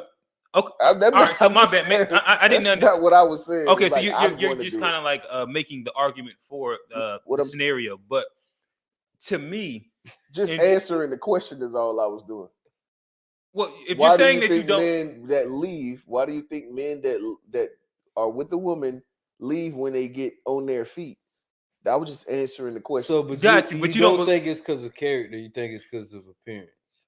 No, he thinks that. No, I think that people, when they can do better, they typically do better. I don't think that has anything to do with character. 9 times out of 10. Oh, that was your answer. Yeah, you said that. I guess I'm confused at what your answer was because you said that it sounded like you didn't believe it, but you were saying it. But then you saying that you was answering a question, and that's what you believe. So what you're saying is that more times than not, guys are upgrading their woman based off of the fact that the new woman is going to be a better, well-rounded person. No, that's not. I said, so they're help me not understand. a better, well-rounded person. The person is going to value you more at the place that you meet them at versus the person that meets you at a place where they see less value in you, and then you gain value. See that's what I'm saying. You're saying women with more money value Johnny, bro, what the fuck are we talking Johnny, about? drink your water, Johnny. No, you're going. You're not even close to what he's saying right now. But all right, Johnny, drink your water. But real. So yeah, I guess to me, what I'm saying is that I naturally would think that, and this is where I went into like that dialogue about trusting a woman. Mm-hmm. I don't think that new woman values you more than just your pocket and what she can take advantage of. And that's why I would be scared as hell of getting a woman when I'm up. And that's most guys are like that's why most guys that you see that's kind of like the anxiety of it. And you end up seeing entertainers date entertainers because of your lick now. Mm-hmm. So like you got to do like hella vetting. And that's why a lot of times entertainers date entertainers because they both got something to lose. And that's crazy. So in the idea, so I was thinking, you know who I thought about while we were sitting there talking? I thought about Moray, right? Uh-huh. And so in Moray's album, it's been a minute since the album came out, but when this album, you can hear that him and his old lady was like going through and they was done. Mm-hmm. Or maybe he just writing songs, but it felt and then they ended up breaking up. They did end up breaking up. Yeah, they got a divorce. Yeah. Okay. So I didn't know that. I just was listening to the album. It sounded like that's where he was headed. So in my mind, I was thinking like, damn, what he's from what I was getting out of it was that he's not getting. She doesn't really see him in the position that he's in currently. Right, So right. maybe it's his mental. And Because I don't think that there's I agree that like as LeBron, you take your fucking high school sweetheart and you bring her with you if she's you know what I mean? If she's a decent, well-rounded person, you bring that with But you. if your Yeah, high yes, school and- You do that. sweetheart isn't with the capacity to understand where you're going, you might have to leave her. No, Yeah, no, and you definitely leave her. Yeah, no, But that's I what agree I'm with saying. that. If she is, then you bring her with Yeah, you. you That's would. even if she has a little bit, because at the end of the day, once you get to a certain place financially, the sack is what the majority of people are chasing. Yeah, and my thing would be that if you have put you and your family into a substantially different socioeconomic level, and the person that you are with can't value that, then that's a value. I mean, that's indictment on their character, not specifically you. And again, I don't even think that that's anything that's income based. That's just a low character person, because of like you've likely changed the lives of y'all and the next generation after you. And if that person still sees you as the person that was trying to figure life out, and again, like I think that there's also the capacity where what as a guy that is now making this amount of money are you looking for her to look at you as? Right? Where you could be looking like if you're asking her to like just again value your opinion, your respect, Just XYZ. respect me now. Because at the end of the day, if she was calling you a bitch ass nigga before, because you got money, that bitch ass nigga still a slip if she hot. Right, That's what I'm saying. But that's why like you shouldn't put now in that. Then. She should have already respected you. Right. So if you get money for her to respect you, then you probably gonna have like some situations happen. Get it? But you know what I mean? Like if there was already respect there, I think that it'll be easy for her to see you as it like translates or like as you get more money. But yeah, I mean, again, whether this is the woman that got you when you was up or got you when you was down, I think that if she doesn't respect you in general, and if like if she's respecting the money that you make, you're gonna end up inside a Joe Smith situation. Your shorty gonna put you out online and say that she doing OnlyFans because you ain't got a bag, and tell you to get Shaq to give you a Taco Bell or whatever the hell she said. That's and crazy, bro. You know what I mean? Like I would any day if I had to choose, I would prefer the woman I struggled with. Because at least I know that if we go back to ground zero, she gonna be there. Yeah, nah, that's crazy, bro. That's crazy. Like man, people just be tearing each other down too hard, bro. It's not that serious, bro. Like getting mad at somebody doesn't take for you to have to dig into their character so bad. Like, you're like going way too far with the juice. Yeah, Tone. It looked like we got a couple comments. Could you read the one right above that one? Because he said a trophy wife is a legal person that you bought, not sounding bad, but it's a woman who you paid for to look good on your arms. I got a meme for that, but we'll get to that next week. Yeah. And then the next one said, can you guys tell me one couple that is together that the man does not have money and the woman would be considered a dime or 8 or above? It's not they don't really exist like that, bro. If I was to give, because there are some. Yeah, well, I mean, all right. Really So if we're saying 8 and above, and I can give you the scenario in which it happens. These are, is it swans? These are women that blossom later. Like it's funny. Like when you go to college, you will see some females, and you be like, "Why is she with this dude?" But she also was probably like the corny girl that didn't have good shoes and like still trying to figure it out. And she was super smart, so like she just values something different than a lot of other females value. And so I know a couple of them like might be lawyers, might be teachers, might be we like she kind of bad, but this don't match. That'd be the only scenario. But typically, I agree. I look at a female and I can easily be like, "You too expensive for me. Hey, it's you cost too much." Guys be sitting. I've had this freaking same conversation with one of my homies over and over and over again, and we talk about the idea of like we stereotyping people. That's the problem. Everybody's stereotyping each other. So the idea that you just said if she's bad, you can look at her and tell like, "Oh, you cost too much for me." You're stereotyping her before you even know who she is or what she's about. So the argument is that like you could be missing out on a good thing. Mhm. My argument is that you could be right, but I'm pretty sure statistics and many people's scenarios and conversations I've had show that the statistics will say that maybe I am, but more than likely I'm not missing out on it. Right, and there's a difference between naturally pretty woman and a bad junk. Yeah, in my opinion, because I think that For bad sure. has like specific connotations. There's some prettier women there's women that are prettier than bad junks, but bad junks are bad junks. Right. If There that are makes women. sense. No, I completely stand with you on it. There are women that are prettier than bad joints, But bad bad joints got are that- bad joints. they got Bad that- joints are like Instagram shit. They got that You ratio. don't really take bad joints to your mom. Mhm. Bad It's that joints are like, ratio. you know, Yeah, you take a pretty junk to you. you take a pretty joint to your mom. Yeah, Beautiful exactly. lady. Beautiful. I remember when I was in my rap game, when I was in my rap time, I had said, I'm hoping I can make you. My bad. All right. I know. Oh, I was listening to that oh, earlier. the Beauty. Shy? Oh, No, Beauty, that's Beauty. Drew Hill. Oh yeah, And beauty is her name. Bro, Y'all know that's- Cisco? Oh, let me Come ask you on, this, man. bro. So Y'all niggas is different. no, Johnny's different. That's No, I that's was gonna say I'm you all from- over you that. there. Okay. That's, You, I pull you that from up on my West Side playlist Charlotte, right now. not West Side Baltimore. That's a little different. Drew Hill is from Baltimore? Yeah.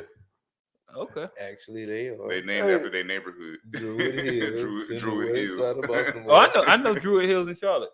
Yeah, I ain't know. That's Druid why I Hills was said in west Baltimore. side of Charlotte, not west side of Baltimore. That's Oh, my boy was. That's why I And see said that awkward that. pause had you looking real stupid, but you was actually being more intellectual than either of us. You were actually I'm on very I'm on a different on level. a different level. I'm When on Johnny a started different talking level. slow, I just take everything his ass said. Hey, nah, that's what it is though. That's what it is. That's our bad. We gave you that awkward silence because yeah, that shit. But when I know what I know, I know what I know. When I'm But you talking don't slow, sound like you know when what you I'm know. talking though. No more slow, pre-gaming for Johnny. Or I'm talking fast, I know what I know. All right, so Johnny, give us your question for the week. What you got for us, bro, man? My question is going to be, Mhm. and I've thought about it. I've thought about it. Talk to us. I'm gonna go with this one. I got another one for next week, but this one for this week is the black culture that we grew up on, i.e., hip hop culture. Is it cool anymore? Has it lost its sauce? Its sauce in today's society, and I'm talking about the hip hop culture that we old, grew up though. on. We getting old. But we grew up on gang culture. We grew up on red and blue. Okay, all right. So I guess you have to like define this out better then, because you're not talking about like specifically current hip hop culture, but you're talking about The hip hop culture that we grew up and what would that be? Blood. Gangs, and then what else? Just gang culture, as far as just the dope man just selling drugs and just being more well, maybe I'm not talking about, but the scammer hip hop versus what we grew up on, how we grew up on hustler mentality, and now it's scammer mentality out there in hip hop. So are you saying that like, are you asking, was our version of hip hop like, is it shit now, and like they got a better version when it comes down to the cultural aspects, and like they're the like? No, I'm saying, have they taken our version of hip hop and made it shit versus where we've had like an actual respectable version of This hip-hop? is such a crazy question, because then I would say I'm gonna go with today's hip hop is made it better, because instead of a dope man, you have a scammer, where the scammer like there's no physical harm being specifically done to the community. You said the scammer. I thought to me is it in it before the dope man now is the drug user. That's what I don't know the scammer. I don't know. That's the money man. Like the man that's making the money is the scammer, in which like you're making money off of like bank institutions and shit like that. To me, the scammer ain't no better for the hip hop. That's what the rappers are doing. That's what all culture. That's a piece of where hip hop is. It's like the glorification of the fast money scammer person. That's not cooler.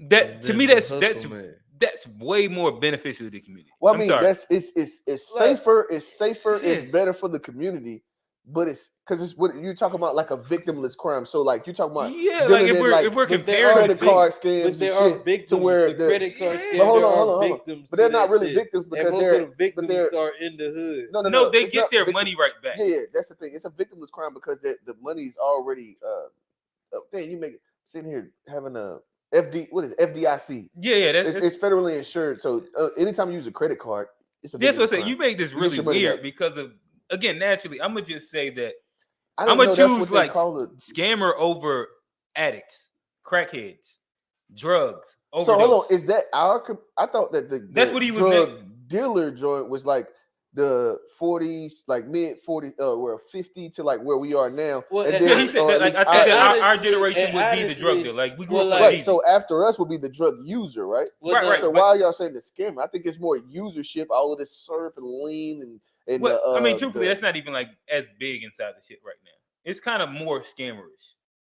that's crazy. So bruh, Like there's another like push of a generation that's happened for sure. so niggas are went from rapping about selling Hustling. drugs to rapping about using drugs to making drugs. hold on, but like they rapping about doing credit card fraud.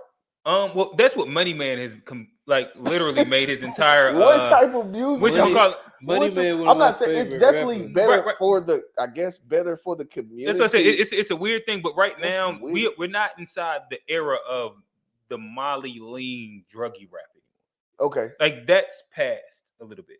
So Okay. like truthfully, more of the popular rappers are like the female rappers which talk about scamming. And you have some of the male rappers that speak about scamming and like Okay, but maybe but like the drilling. female But wait a scamming is minute, different. yeah, Like, like ain't the we talk female about scamming, female like- rappers. Like, are the sexy reds? Are is that cool shit? Like, she's pregnant right now, going on tour, rapping about "fuck my baby daddy." Is that still cool when it comes to hip hop culture? Because to me, that seems like that's not compared to Jay-Z.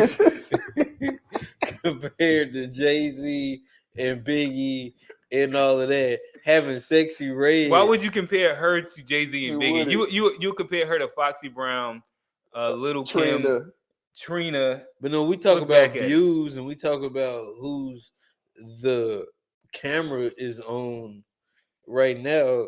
I don't think the camera on sexy. The fuck red my like that. baby daddy shit is like, I ain't never even heard that. Me either. Well, yeah, I know. I don't count because I'm not gonna hear the shit, so I don't count.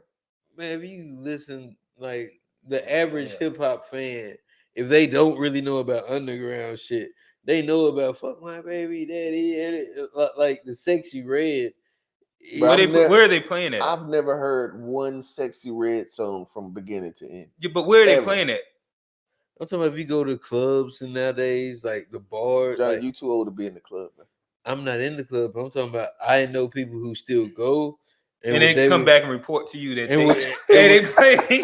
and when they report back, Niggas they- making this shit up. they talking about sexy red. No, I swear to God, bro. I swear to God. Bro, don't put that bullshit on God, bro.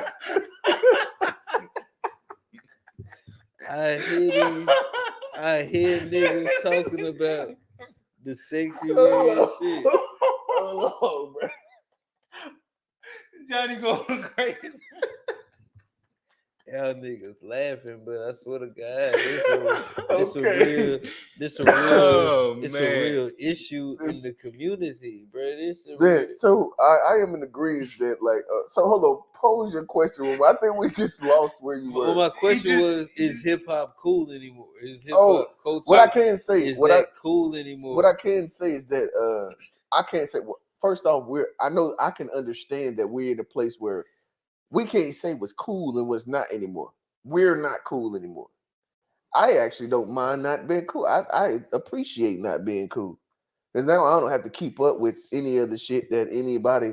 You know what I mean? It's actually fire not to have to. Or I To haven't not tried to be be cool in a cool. long time, but like, you know what I mean? It's fire not to have to worry about what's cool and what's not cool. Yeah. You know what I mean? So I'll say we are not in a place where we even have the ability to answer the question, but I will attempt to answer the question. I'll say that I believe that our version is definitely not cool anymore. Our version is definitely not cool anymore.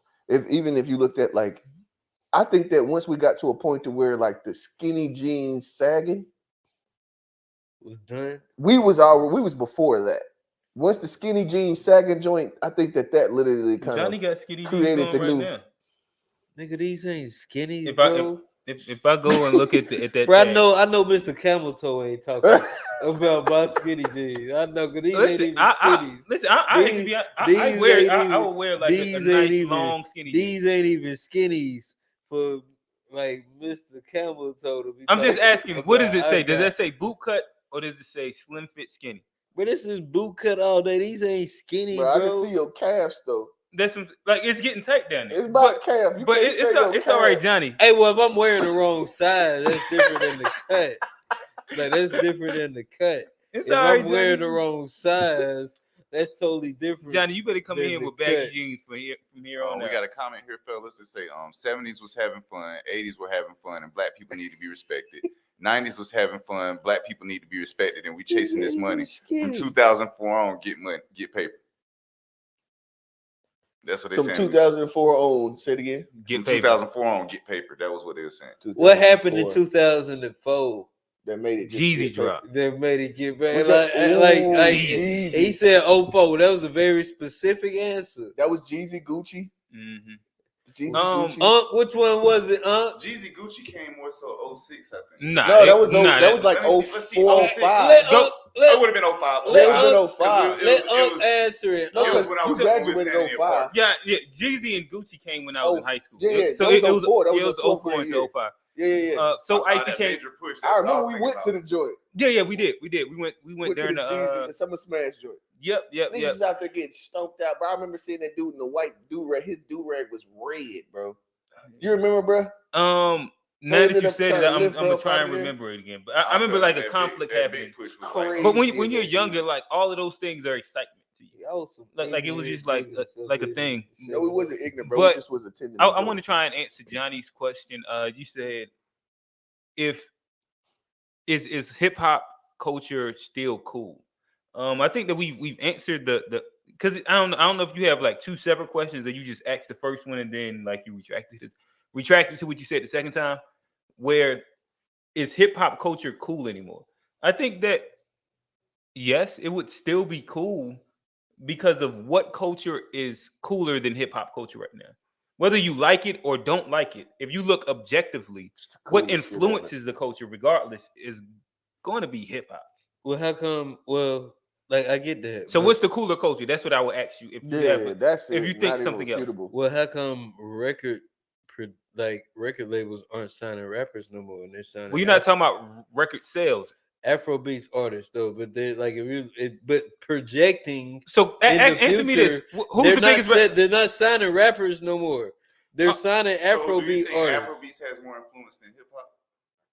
That was my question. Answer, all right. So who's the biggest Afro? So answer this: who's the biggest Afrobeat artist? Burna Boy. Right. All right. Now, let's stop there. Is Burna Boy influenced by hip hop culture? Yeah. Okay. All right. You said yes. Literally, all the way down to the dance that he does is the fucking Memphis Juke shit. He called it the moon, the sun walk or some shit. It's Memphis. Like everything, how he dressed, how he looks, all he's doing is singing. But it's like asking, is Chris Brown influenced by hip hop culture? The nigga sing, but he's hip hop. What he's influenced by is. But there's hip-hop. a lot of other like. Answer what artists culture that aren't influenced necessarily by hip hop culture. They're still out here. Come on, Johnny. Let that don't try to this okay, bro. Because it's not too much of anything that's not influenced by hip hop culture. You can damn near play any video game. Damn it. Well, I mean, you can go on certain. Well, So y'all now I'm reaching. That was a reach. That video game based. Culture is like the coolest shit out there. And what is cooler? You're not answering the question. Black culture is the coolest shit, period. I was about to say, I think black people are the people of influence in general. We are, like, period. like we're the and people it's been that way for a long time. And that's what I'm trying to. You gotta ask where Elvis Presley come from. Well, because what music labels are going to, they're going to Afro beats. All right, Johnny, you making like a completely. Are we talking about they're going music to industry? another fucking other thing other than hip hop. Even before music. that, though, if you look at a group like New Edition is an R&B group. New Edition was influenced by hip hop, though. Like you can look at it in the video. Bobby Brown is in there pop locking, doing all this shit. Not even I was watching some of the videos recently. Like that's all you see. If you look at how they're dressing, So when y'all it hit think mid-90s. hip hop still cool then? Okay, my bad. I shouldn't have asked the question. I think that's he said hip hop as a culture is not cool today, but certain parts of it is, and the only part of hip hop that is cool today is rap. Most hip hop artists are not considered cool in this damn time. I imagine, like I will ask which ones I'm talking about. Which ones aren't cool and who's ain't cool no more though. Which ones aren't cool and who's cooler? If we're speaking inside that, and that's the thing. You just have to be able to say who's cooler. The crazy who part has about more it, influence. even this conversation, who has more even influence. using the word cool in this conversation just feels like we old. And that's what I'm saying. Like, use the word even a thing influential, anymore. because in the idea of cool, you would think more influential. What sector of or genre, whatever you want to say, or people are more influential to the culture of. like, unless there's like this big generation gap that I'm missing, but I know high school and under is hip hop. Yeah, bro. I see it every single day. I saw if I'm talking about but even us, but it's the little Yachty hip hop, the same hip hop that we grew up on. but who's listening to Lil Yachty right now? Lil Yachty's not the guy that the kids NBA Youngboy. If we say NBA Youngboy, the kids listen to NBA him. Youngboy is influenced by the little Lottie. That man said that NBA Youngboy is influenced by Lil Yachty. Lil Lottie. Lil Lottie. I just gave him the benefit of the doubt on it. All right, Johnny. Lil Yachty, like so NBA Youngboy doesn't come from that new school. Like y'all think NBA Youngboy? I think NBA Youngboy the probably J. was rapping Cole, longer than the Lil J. Yachty. Cole, the Drake, he actually the has Kendrick You school of can just hear rapping. it. He's been or does rapping he longer come than from? He's been rapping longer than Yachty. And he sounds nothing like him. Nothing like him. Like But do neither he one of those sound two like things. J. Cole, Drake? He doesn't have or Kendrick, to. or do he sound more like Lil Yachty? I don't think he sounds He like Lil sounds Yachty. like in the middle. Like he if sounds gonna like, put us you know on who one he side or sounds the like? other. He sounds like Kevin Gates and Bootsy had a baby and it was a little melodic. That's literally what it sounds like. It doesn't sound like any one of those other two guys. I would have never thought about that. The NBA Youngboy. But he's from New Orleans. He's Baton Rouge. Yeah, that makes sense. He's not from New Orleans. He's from Baton Rouge. It's two different cities. That's like saying somebody from Greensboro from Charlotte. Get him, Johnny. Put his Baton ass Rouge in the and box. New Orleans, two different cities. Right. Never mind that I said Baton Rouge at the end of the statement and you only caught New Orleans. But again, if somebody said them niggas sound like they from North Carolina and you said he's from Greensboro and he's like, nah, he's from Charlotte, nobody would care. That's the reality. No, I just heard you say. That's all I'm cutting off. All right, where we going? Where we going? It's time to wrap this one up. Yeah. Listen, never mind. I got too many jokes for Johnny right now. And I'm gonna just leave him alone. Johnny, wrap us up. Wrap us up, bro. Nah, give me the jokes. No, bro. It's come time on. to go. Go ahead. Let's get it. Land the plane, Johnny. Hey, all I want to say is if anybody got anything to say about what the fuck I had to say, you can leave a comment below and we'll address that. Hey, Johnny is a new school rapper. Hey, he one of them 2015. Hey, look, to, if you ain't like what I had to say, you can hit me on Instagram. Smack. You can hit me on Facebook. You can hit me on TikTok or Threads. If you disagree with anything I had to say, at the To Be Fair Show. it's at there you go. the To Be Fair Show. If you still watching, hey, go ahead, hit the subscribe button. Johnny. Where for him? Give us a like. It was the To Be Fair Show. I am your host, Johnny P. Oh, yeah, real. It's you. And we out.